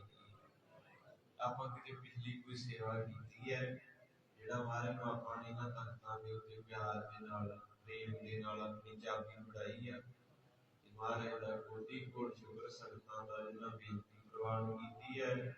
ਸੋ 12 ਤਰੀਕ ਨੂੰ ਭਾਈ ਭੋਗ ਪੈਂਦੇ ਖੰਡ ਜਾਪ ਤੇ ਗੁਰੂ ਰਾਮਦਾਸ ਮਹਾਰਾਜ ਸੱਚੇ ਪਾਤਸ਼ਾਹ ਦੀ ਗੋਦੀ ਦੇ ਸ਼ਿੰਗਾਰ ਭਾਈ ਜਸਵੰਤ ਸਿੰਘ ਜੀ ਮੰਜੀ ਸਾਹਿਬ। ਜਿਸ ਤਰ੍ਹਾਂ ਭਾਈ ਸਾਹਿਬ ਨੇ ਜ਼ਿਕਰ ਕੀਤਾ ਹੈ ਸੰਤ ਗੁਰਦਾਸ ਸਿੰਘ ਜੀ ਹੋਣਾ ਦਾ, ਸੰਤ ਗੁਰਬਚਨ ਸਿੰਘ ਜੀ ਹੋਣਾ ਦਾ, ਤੇ ਗਿਆਨੀ ਜਸਵੰਤ ਜਦੋਂ ਮਹਾਂਪੁਰਖਾਂ ਨਾਲ ਸੇਵਾ ਨਿਭਾਉਂਦੇ ਸੀ ਗੋਦੀ ਪੜ੍ਹਨ ਦੀ, ਇਹ ਮਹਾਰਾਜ ਨੇ ਚਲੋ ਕਿਰਪਾ ਉਹਨਾਂ ਨੇ ਆਪਾਂ ਸਮਾਂ ਦਿੱਤਾ। ਇਸੇ ਤਰ੍ਹਾਂ ਹੀ ਸੰਗਤਾਂ ਨੇ ਪਿਆਰ ਕਰਨਾ ਹੈ, ਕਿਉਂਕਿ ਧਿਆਨਾ ਹੈ। ਤੇ ਹੁਣ ਆਓ ਸ਼ੇਰ ਪੌੜੀ ਦਾ ਨਾਮ ਸਾਹਿਬ ਪੜ੍ਹ ਕੇ ਅਰਦਾਸ ਕਰੀਏ। ਉਪਰੰਤ ਇੱਕ ਸ਼ਬਦੀ ਨਾਲ ਜੀ ਹਜ਼ੂਰੀ ਲਾਗੀ ਲਿਖਾ ਭਰੇਗਾ ਤੇ ਬਾਅਦ ਵਿੱਚ ਸੰਪੂਰਨੀ ਸਾਹਿਬ ਦੇ ਜਾਪ ਨੇ ਸੰਗਤ ਵੱਲੋਂ ਉਪਰੰਤ 9:30 ਵਜੇ ਪੰਜਾਬ ਆਰੰਭ ਹੋ ਜਾਣੇ ਆ। ਤੇ ਸ਼ਬਦ ਨਹੀਂ ਸੰਗਤ ਜੀ ਆਪਣੇ ਕੋਲ ਤੁਹਾਡੇ ਵਾਸਤੇ, ਕਿਉਂਕਿ ਸੰਗਤ ਦਾ ਦਰਜਾ ਬੜਾ ਉੱਚਾ।